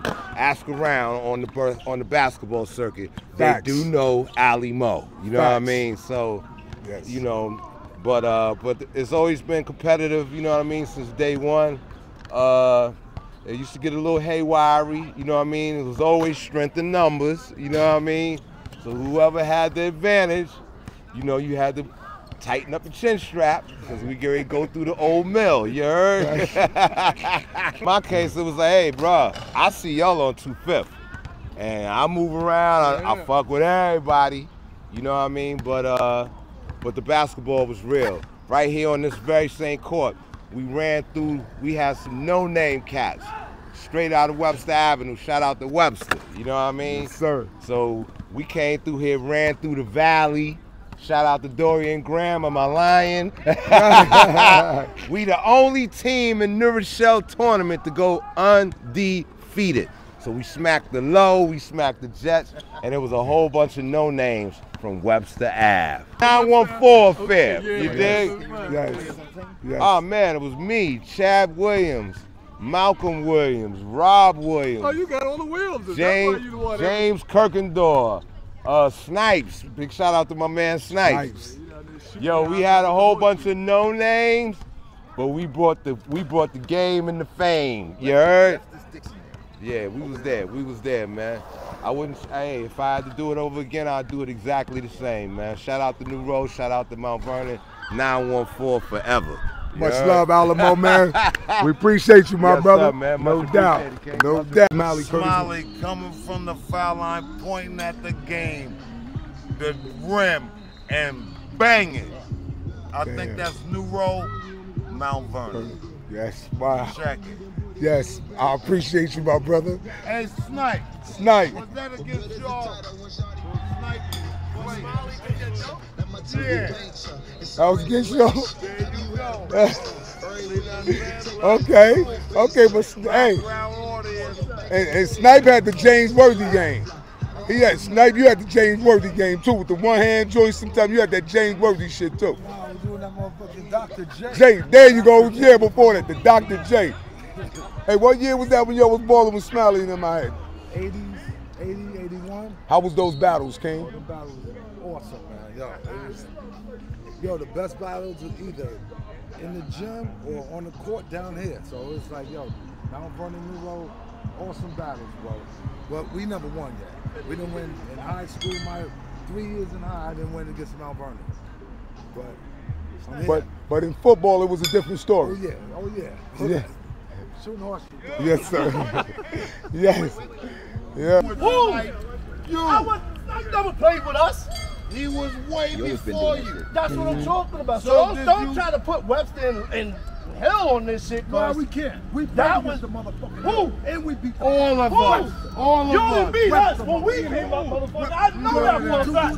Beat who? You was a little No, I was not a little baby. You ain't got older than me. Yeah. Got you about 5 and 7 and 8. Right here.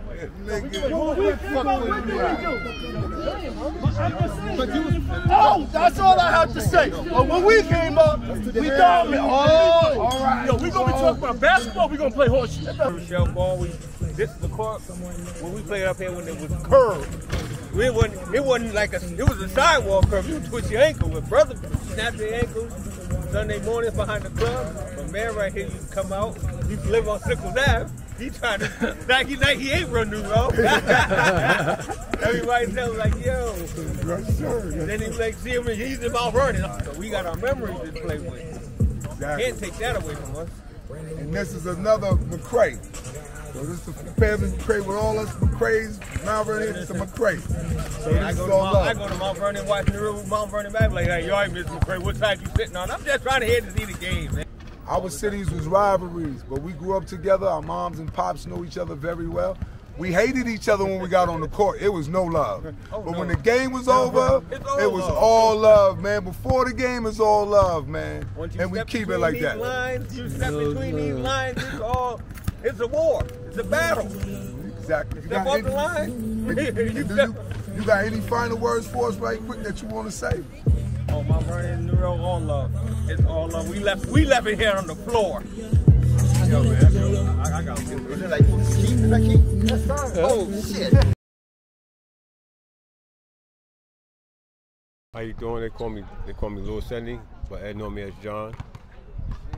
Khalil Edney, but you can call me Pop. County Center Section 1 championship game against Mount Vernon. You know, it was the longest rival in sports history as far as the East Coast in New York can go back and learn. But it came down to the 2 seconds left in the game. Inbounded the ball, turned it over, got it back, threw it up, and I made it. And we won. We won 61-60. When I let it go, it was just, you know, it was one of those shots, you know, watch it go in. It was one of those, I wasn't looking to make it, you know, but it happened to go in when it did. But just looking at it and going back and watching the replay, it just shows that, you know, don't give up and the resilience of playing basketball. Don't stop until the clock is 0. Now, would you credit that from being a quarterback, that you put it between the numbers like that? I can give some credit to me being a quarterback to the shot going in, you know, being that it was all net and the accuracy and the velocity of the. If you look in the depth of the shot, you can give the credit to me being a quarterback, yes. Okay. Now, how you feel about the rivalry, just overall, what you have learned between Mount Vernon and Rochelle? I mean, it was here before I got here. It's gonna be here when I leave. But the rivalry is great. You know, it's two towns that's literally 5 minutes apart from each other. And whether it's football or basketball, you know you're in for entertainment, and that's the most important thing. You're going to get the best of the best day in and day out when those two teams go against each other. Yeah, definitely. Right after the games, you know, like it might, you know, prior to the coming to games, everybody they trash talking. You know, everybody trash talks each other. Right. It wouldn't be a sport if you didn't trash talk. You know, it wouldn't be competitive if you didn't trash talk. Well, you know, when you're between these lines, everybody say, hey, ain't no friends in between the lines.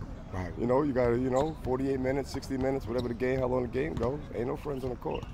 After that, you know, we all family. Like I said, we 5 minutes apart from each other. So it's all love, you know, until that whistle blow.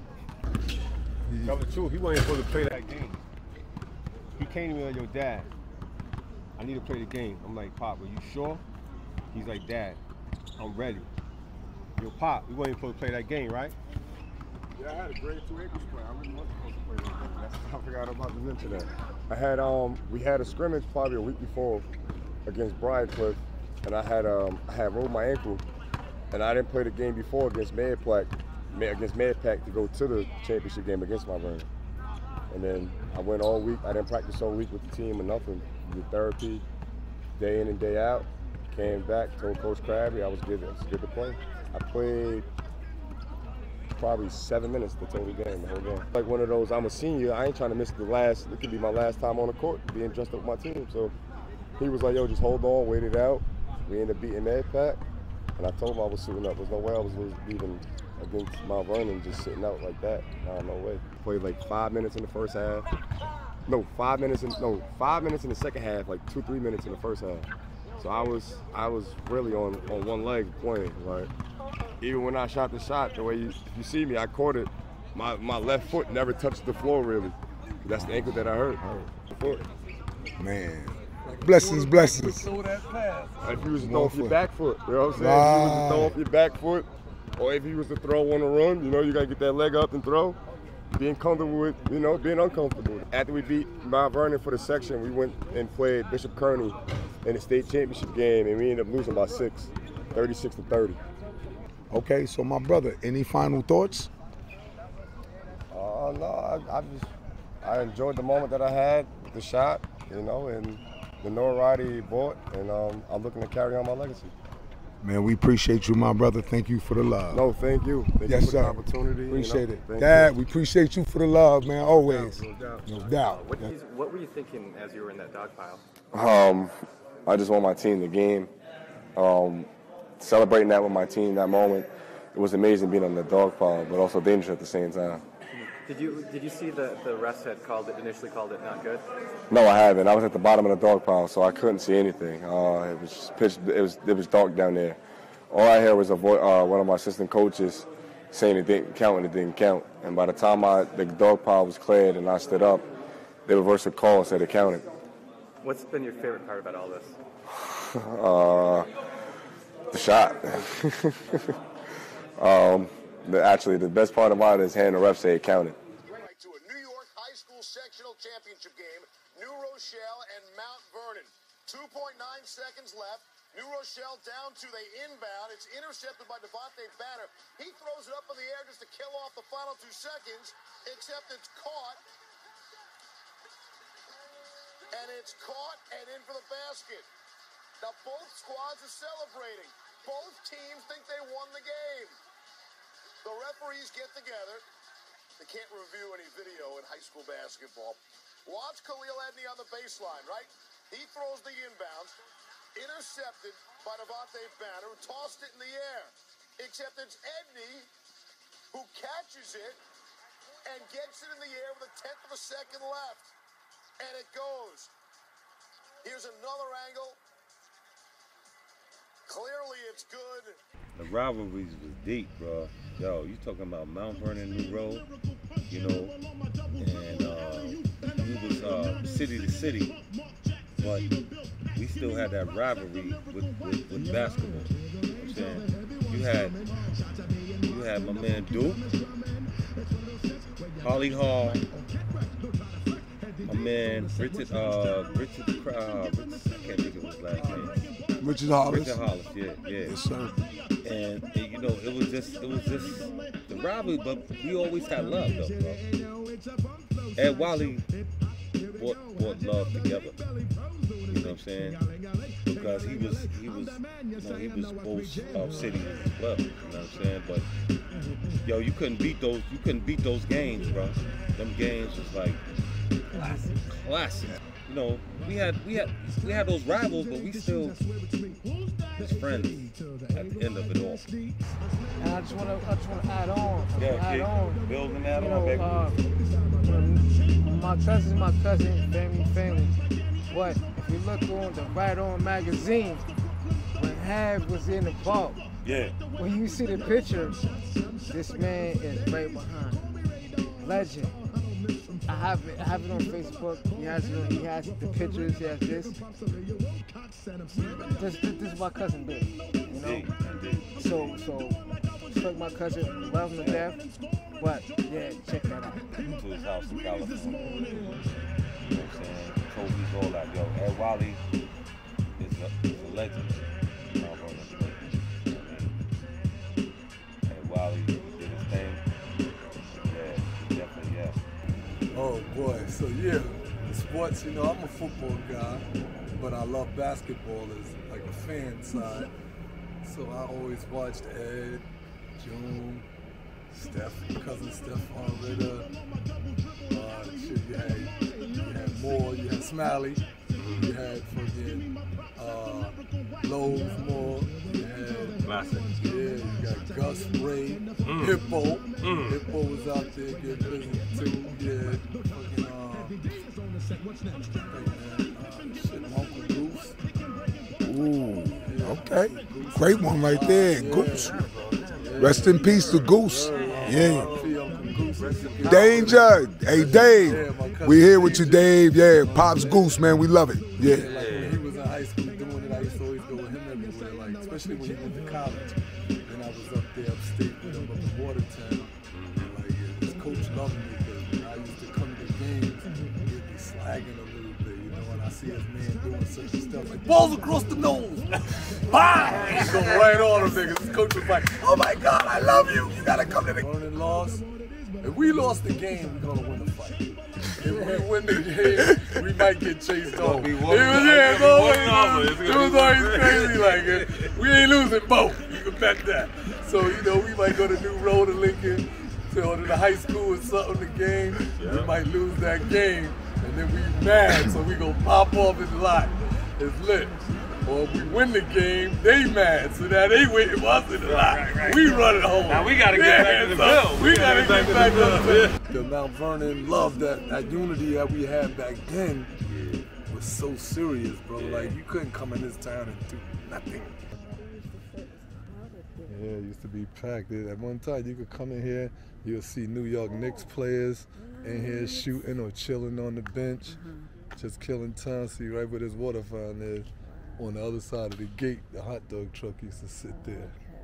And boom, that's why he was saying, yeah, and then the ice cream truck would be here. It used to be an entrance under this little flag right here. There used to be an entrance there, and they sealed that off.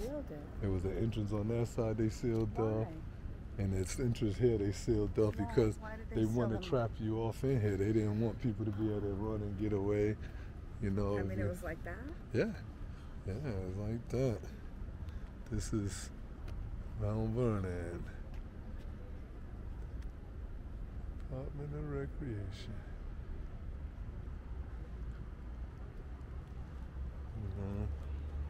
Then the former Young Guns, they started a stiff campaign, you know, stop the itchy trigger finger. So, been pumping that. That's the guy right here. When we was in the park, and his son, we was talking with his son, and then boom, he calls his dad. Yeah, he goes, "Your dad, do you know?" Yeah, you know, it's a small world. Like we happen to know. So yeah, and this right here was the house where all the tools was kept in. All of the, you know, we come here to get the yarn to make keychains and all that. This is where they kept all of that. Yeah, all the arts and crafts. Yeah, all the arts and crafts was always in here. Yeah, this is the main entrance. And you see they can drive a car through here. That's when they got that set up. There used to be basketball courts right here where we are now too. Yeah, so. And around this 4th Street Park, the notorious 4th Street Park. Team. No doubt. What you managed while suing them? You was a basketball manager in varsity. What year was that team? 91, when Mount Vernon played St. Raymond's Academy in the Bronx, off of Cypress Avenue in the Bronx, where they had Terrence Ranger at point guard, the #1 point guard in the Bronx, and he went to Texas. Hey, Colin Johnson. Then you got Russell Salahuddin. Then you got Dean Marshman, The Dream. Then you got Dave. Then you got my boy Dave. John Ming went to Mount St. Michael, and he was the big center in the middle. Then you got Brian Pritchard, that coaches at another school on Hastings on the Hudson. He's a head coach of a small school, a high school of young kids, and he got Rivalry is excellent. It's been going on from 1954 till now. 1954 till now. Mount Vernon been playing North Shell. Young Rassan from North Shell, aka Krabby.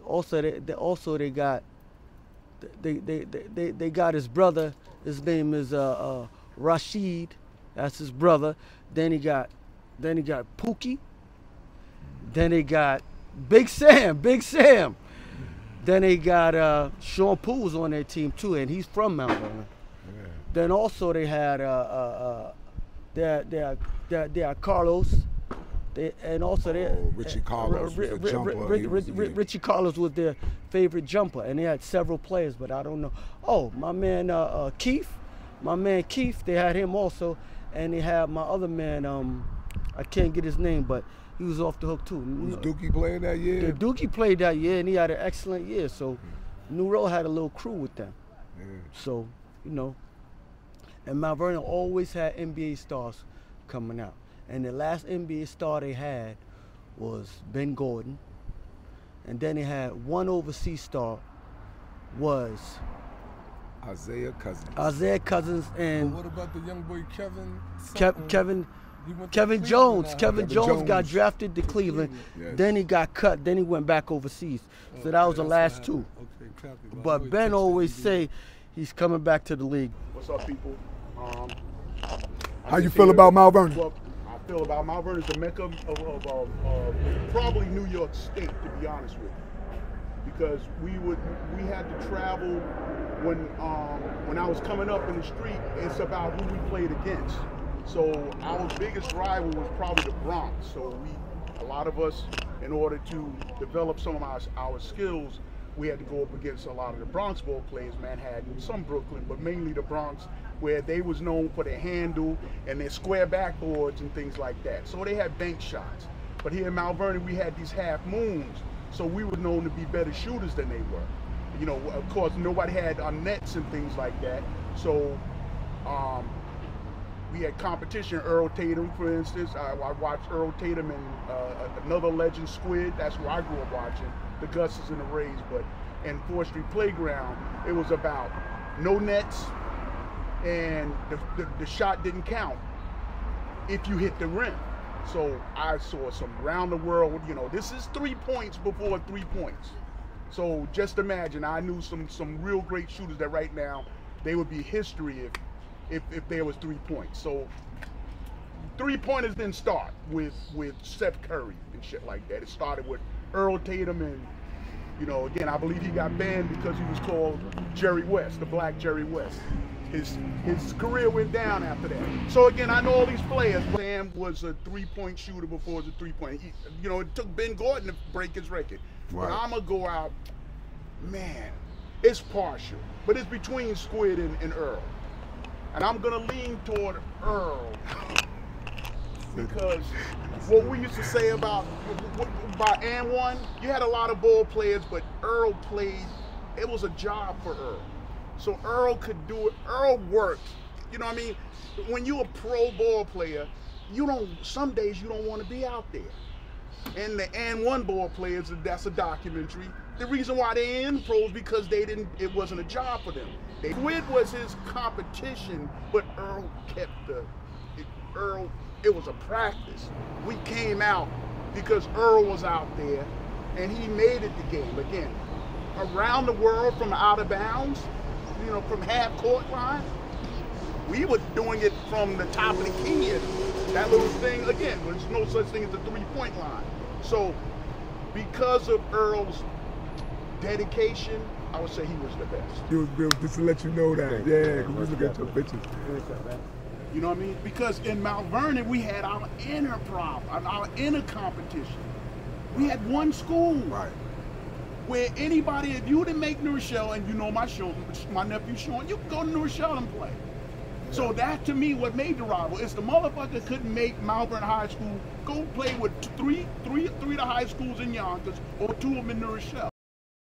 The Mount Vernon New Road rivalry is one-sided kind of in basketball, you know, very one-sided. Football, New Road got it, but it's not really too many stories we could tell when New Road took the gold ball from us. That's rare, you know? That's rare. Like, gotta have a half-court shot like Mr. Edney. Yeah, like Mr. Edney hit. I done seen generations from Michael Colburn and Kevin Jones in them to the people that's on your shirt. You right. Me, my man Troy, and Paul Bratcher. That's what I'm saying. Yes, sir. Son's project. Ed Wiley? Yeah. Ed Wiley. You know Ed Wiley? Of course. Tom goes, what up, TG? What's good, boy? Okay, okay, that's you your know pops. already. That's your and pops. That's crazy, yo. Okay. I'm looking at your junior, and I know this joker, but I'm trying to figure it out. He said, "No, I'm from the Bill, nigga." So I'm like, I know this joker because his demeanor is all you, G. Yeah. That's crazy. He was slick with it at first, though, yeah. Yeah, no doubt. I'm from the Vernon. See, I'm blessed. You know what I'm saying? So, bones. You know his older brother. His older brother's comedian. What's up, King? I'm chilling. Salute, my brother. Yeah, I didn't know that was your son. Yeah, no doubt. Okay, I love you, man. Good seeing you, champ. Okay, my brother. Okay. Yeah. Always rivalry. We always after basketball talent, as I know that. Mount Vernon always after basketball talent. New Rochelle after football talent. They have a little basketball thing, but for some reason we always come out on top. No matter what it comes to, we always comes out on top. And we have some great shooting. My man here, he's a great shooter, especially when we boost him. He gotta hit some threes. He's gonna do it. You gotta do it. Right. So I love my community, number one. I love Mount Vernon. First place I landed when I came to Mount Vernon. I was wondering where am I at? I heard Mount Vernon. He said, "What?" I look around, I still see a lot of trees, so it remind me of like coming from Jamaica. You know, I was really appreciating living here in Mount Vernon, I could say. You know, so You know, Mount Vernon is all that for me when it comes down to the sports thing. That's right. Basketball, we played in the park, always 4th Street, Arley Park. It's a sport thing, and Right. I love town. Right, right. First of all, love town, sports town, and from there, we name our town Money Earning because, yo, we was earning money off of hitting hoops and so forth. You understand what I'm saying to you? Right, right, right. As long as they come, they have to learn from the elders to us to where it's at right now. It's on balance, but guess what? The great ones can open doors again, so we trying to open this door right here. So, EW, whatever it is, I'm with it. Defense, you can't, like, see, that's what people don't think. That, like, Ed can score, he can give me maybe 30, 35 points, like, you know what I'm saying? But he gonna have like 7 blocks, 5, 6, 7 steals, and rebounds, like 11, 12. He does it all, you know what I'm saying? Because he jumps, like, he stretches out so far. He's like that. So, yo, I'm going to go tell you a little story about the rivalry, New Rochelle and Mount Vernon. I remember one time we was at the boys club, and my boy Antoine Hopkins, also known as Big Time, didn't know the rivalry was that deep with New Rochelle. So he was at the free throw line, and we was inside Remington's boys club. And somebody yelled out, "Number 15, you ain't shh, beep," the curse word. And he turned around and said, "Suck my beep." And before you knew it, they cut all the lights off in the gym. We had to try to get to the van. They was throwing rocks through the van. It was crazy. But one more story that was just even crazier than that. It was in '86, man, our senior year. We done lost to New Rochelle twice. And I remember New Rochelle and Mount Vernon had some homies that was cool together. And I remember this one cat I used to pop and break dance with. We used to live on, I want to say, Lincoln Avenue. And he was my man, Trav. And Trav was like on like Webster and Lincoln, I believe. So Trav one day came to the game, and there was some cats from Mount Vernon, there was one cat from New Rochelle. The next thing you know, before the game was over, we heard some gunshots, blow, blow. And they said that these dudes ran up on Trav. He was like, "Yo, Black, get him, Black." And then the gun came out, and one guy was hit to the head. And I just remember that story. And it was one of the shots that went across the world because we couldn't even play at each other's home. We had to play somewhere way out in North Rockland, which was crazy. No fans, no parents, just students, coaches, statisticians, and cheerleaders. You know, John from New Rochelle, I grew up with him, and Khalid, his son, hit that big shot in Westchester. These are two of the biggest shots that I ever witnessed in Mount Vernon that changed the game. One was a game winner, and one was that it put us not playing home, not having fans, and that almost changed the game. But that was just a memory I had. The shot that was across the world from Khalid and from Travis. Hey, how did y'all feel about the shooting in the Mount Vernon High School with New Rochelle? Do any of you guys remember about that? The shooting? I heard about it, names, but that was crazy. Oh, that was my people. Well, he got hit right here, right? Somewhere right here, right? I don't know. No names, but how did y'all just feel? No? I thought it was unnecessary, very unnecessary. Because we knew each other. Right. We definitely knew each other. Let me tell you something, B. Wasn't nobody close with the YGs like I was. Right. I knew Tom. I grew up with Tom. Right. Devon. Me and Devon was close. Me and Chris was close. The Guest family. Me and Kenny was close. And, you know, when they had to do their thing, because they didn't originally from the road. Right. With them, I wasn't trying to let it go down. I'm always trying to make peace. I'm going to tell you something. Roberto Marino, Shorty. Yeah, sure. Yeah, I remember Shorty. Roberto just lay his game down. Me and Roberto didn't start speaking till we worked sanitation. Your father was a driver. Roberto's to pull the thing. And me and him got close. Right. But he knew I knew all of them. Me and Roberto, we tight. I'm trying to get him on the golf course too, by the way. Man, you know what I'm saying? When I started, Tom, guessing them, mind you, I'm in Queens. I should see these cats at the tunnel. When the tunnel was crazy. All my Mount Vernon dudes,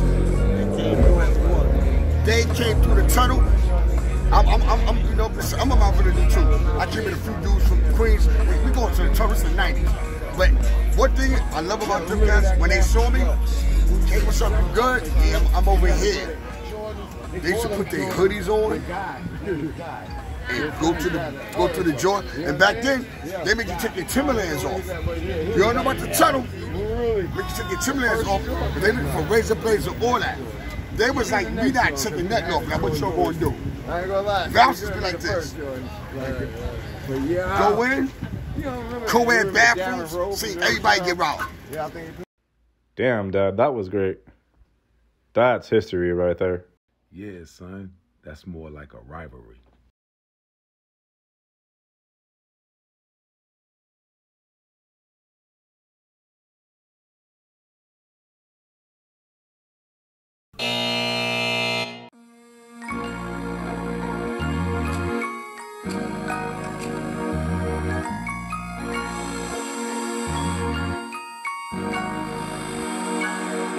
Take it day by day. I'm always on the grind trying to get that pay. Why niggas wanna smile all in my face? And when I walk away, they hate on me. They hate on me. They say take it day by day. I know I won't stop, nigga, get out my way. But people wanna smile all in my face. And when I walk away, they hate on me. They hate on me. Relax on the couch, plotting on how to cake up. Just trying to get 100 mil before the gods take us. Life is about singing shit before the rest wake up. I love the feeling of money, so I never let us break up. Bitch niggas be hating, broke bitches be faking, thinking I'ma fall in love with the pussy. Girl, you're mistaken. Niggas wanna come to my shows, but don't wanna pay. Then I let them in, they go buy a bottle of rosé. More money, more problems, got me looking older in the face. I plan every move that I make, so I don't catch a case. Put all that I got into this rap shit and never wait for the next man. I put my own food on my plate. I'm on the grind until I get that 10 to 8 OT plates. Cause it's a little cheaper out of state. Switch the gears, hit the gas with the money in the bag. AC on blast, the plates say kiss my ass. They saying take it day by day. I'm always on the grind trying to get that pay. My niggas wanna smile all in my face. And when I walk away, they hate on me. They hate on me. They say take it day by day. I know I won't stop, nigga, get out my way. But people wanna smile all in my face. And when I walk away, they hate on me. They hate on me. I'm sitting low behind tent, not worried about you suckers. Got no time for you broke confrontation.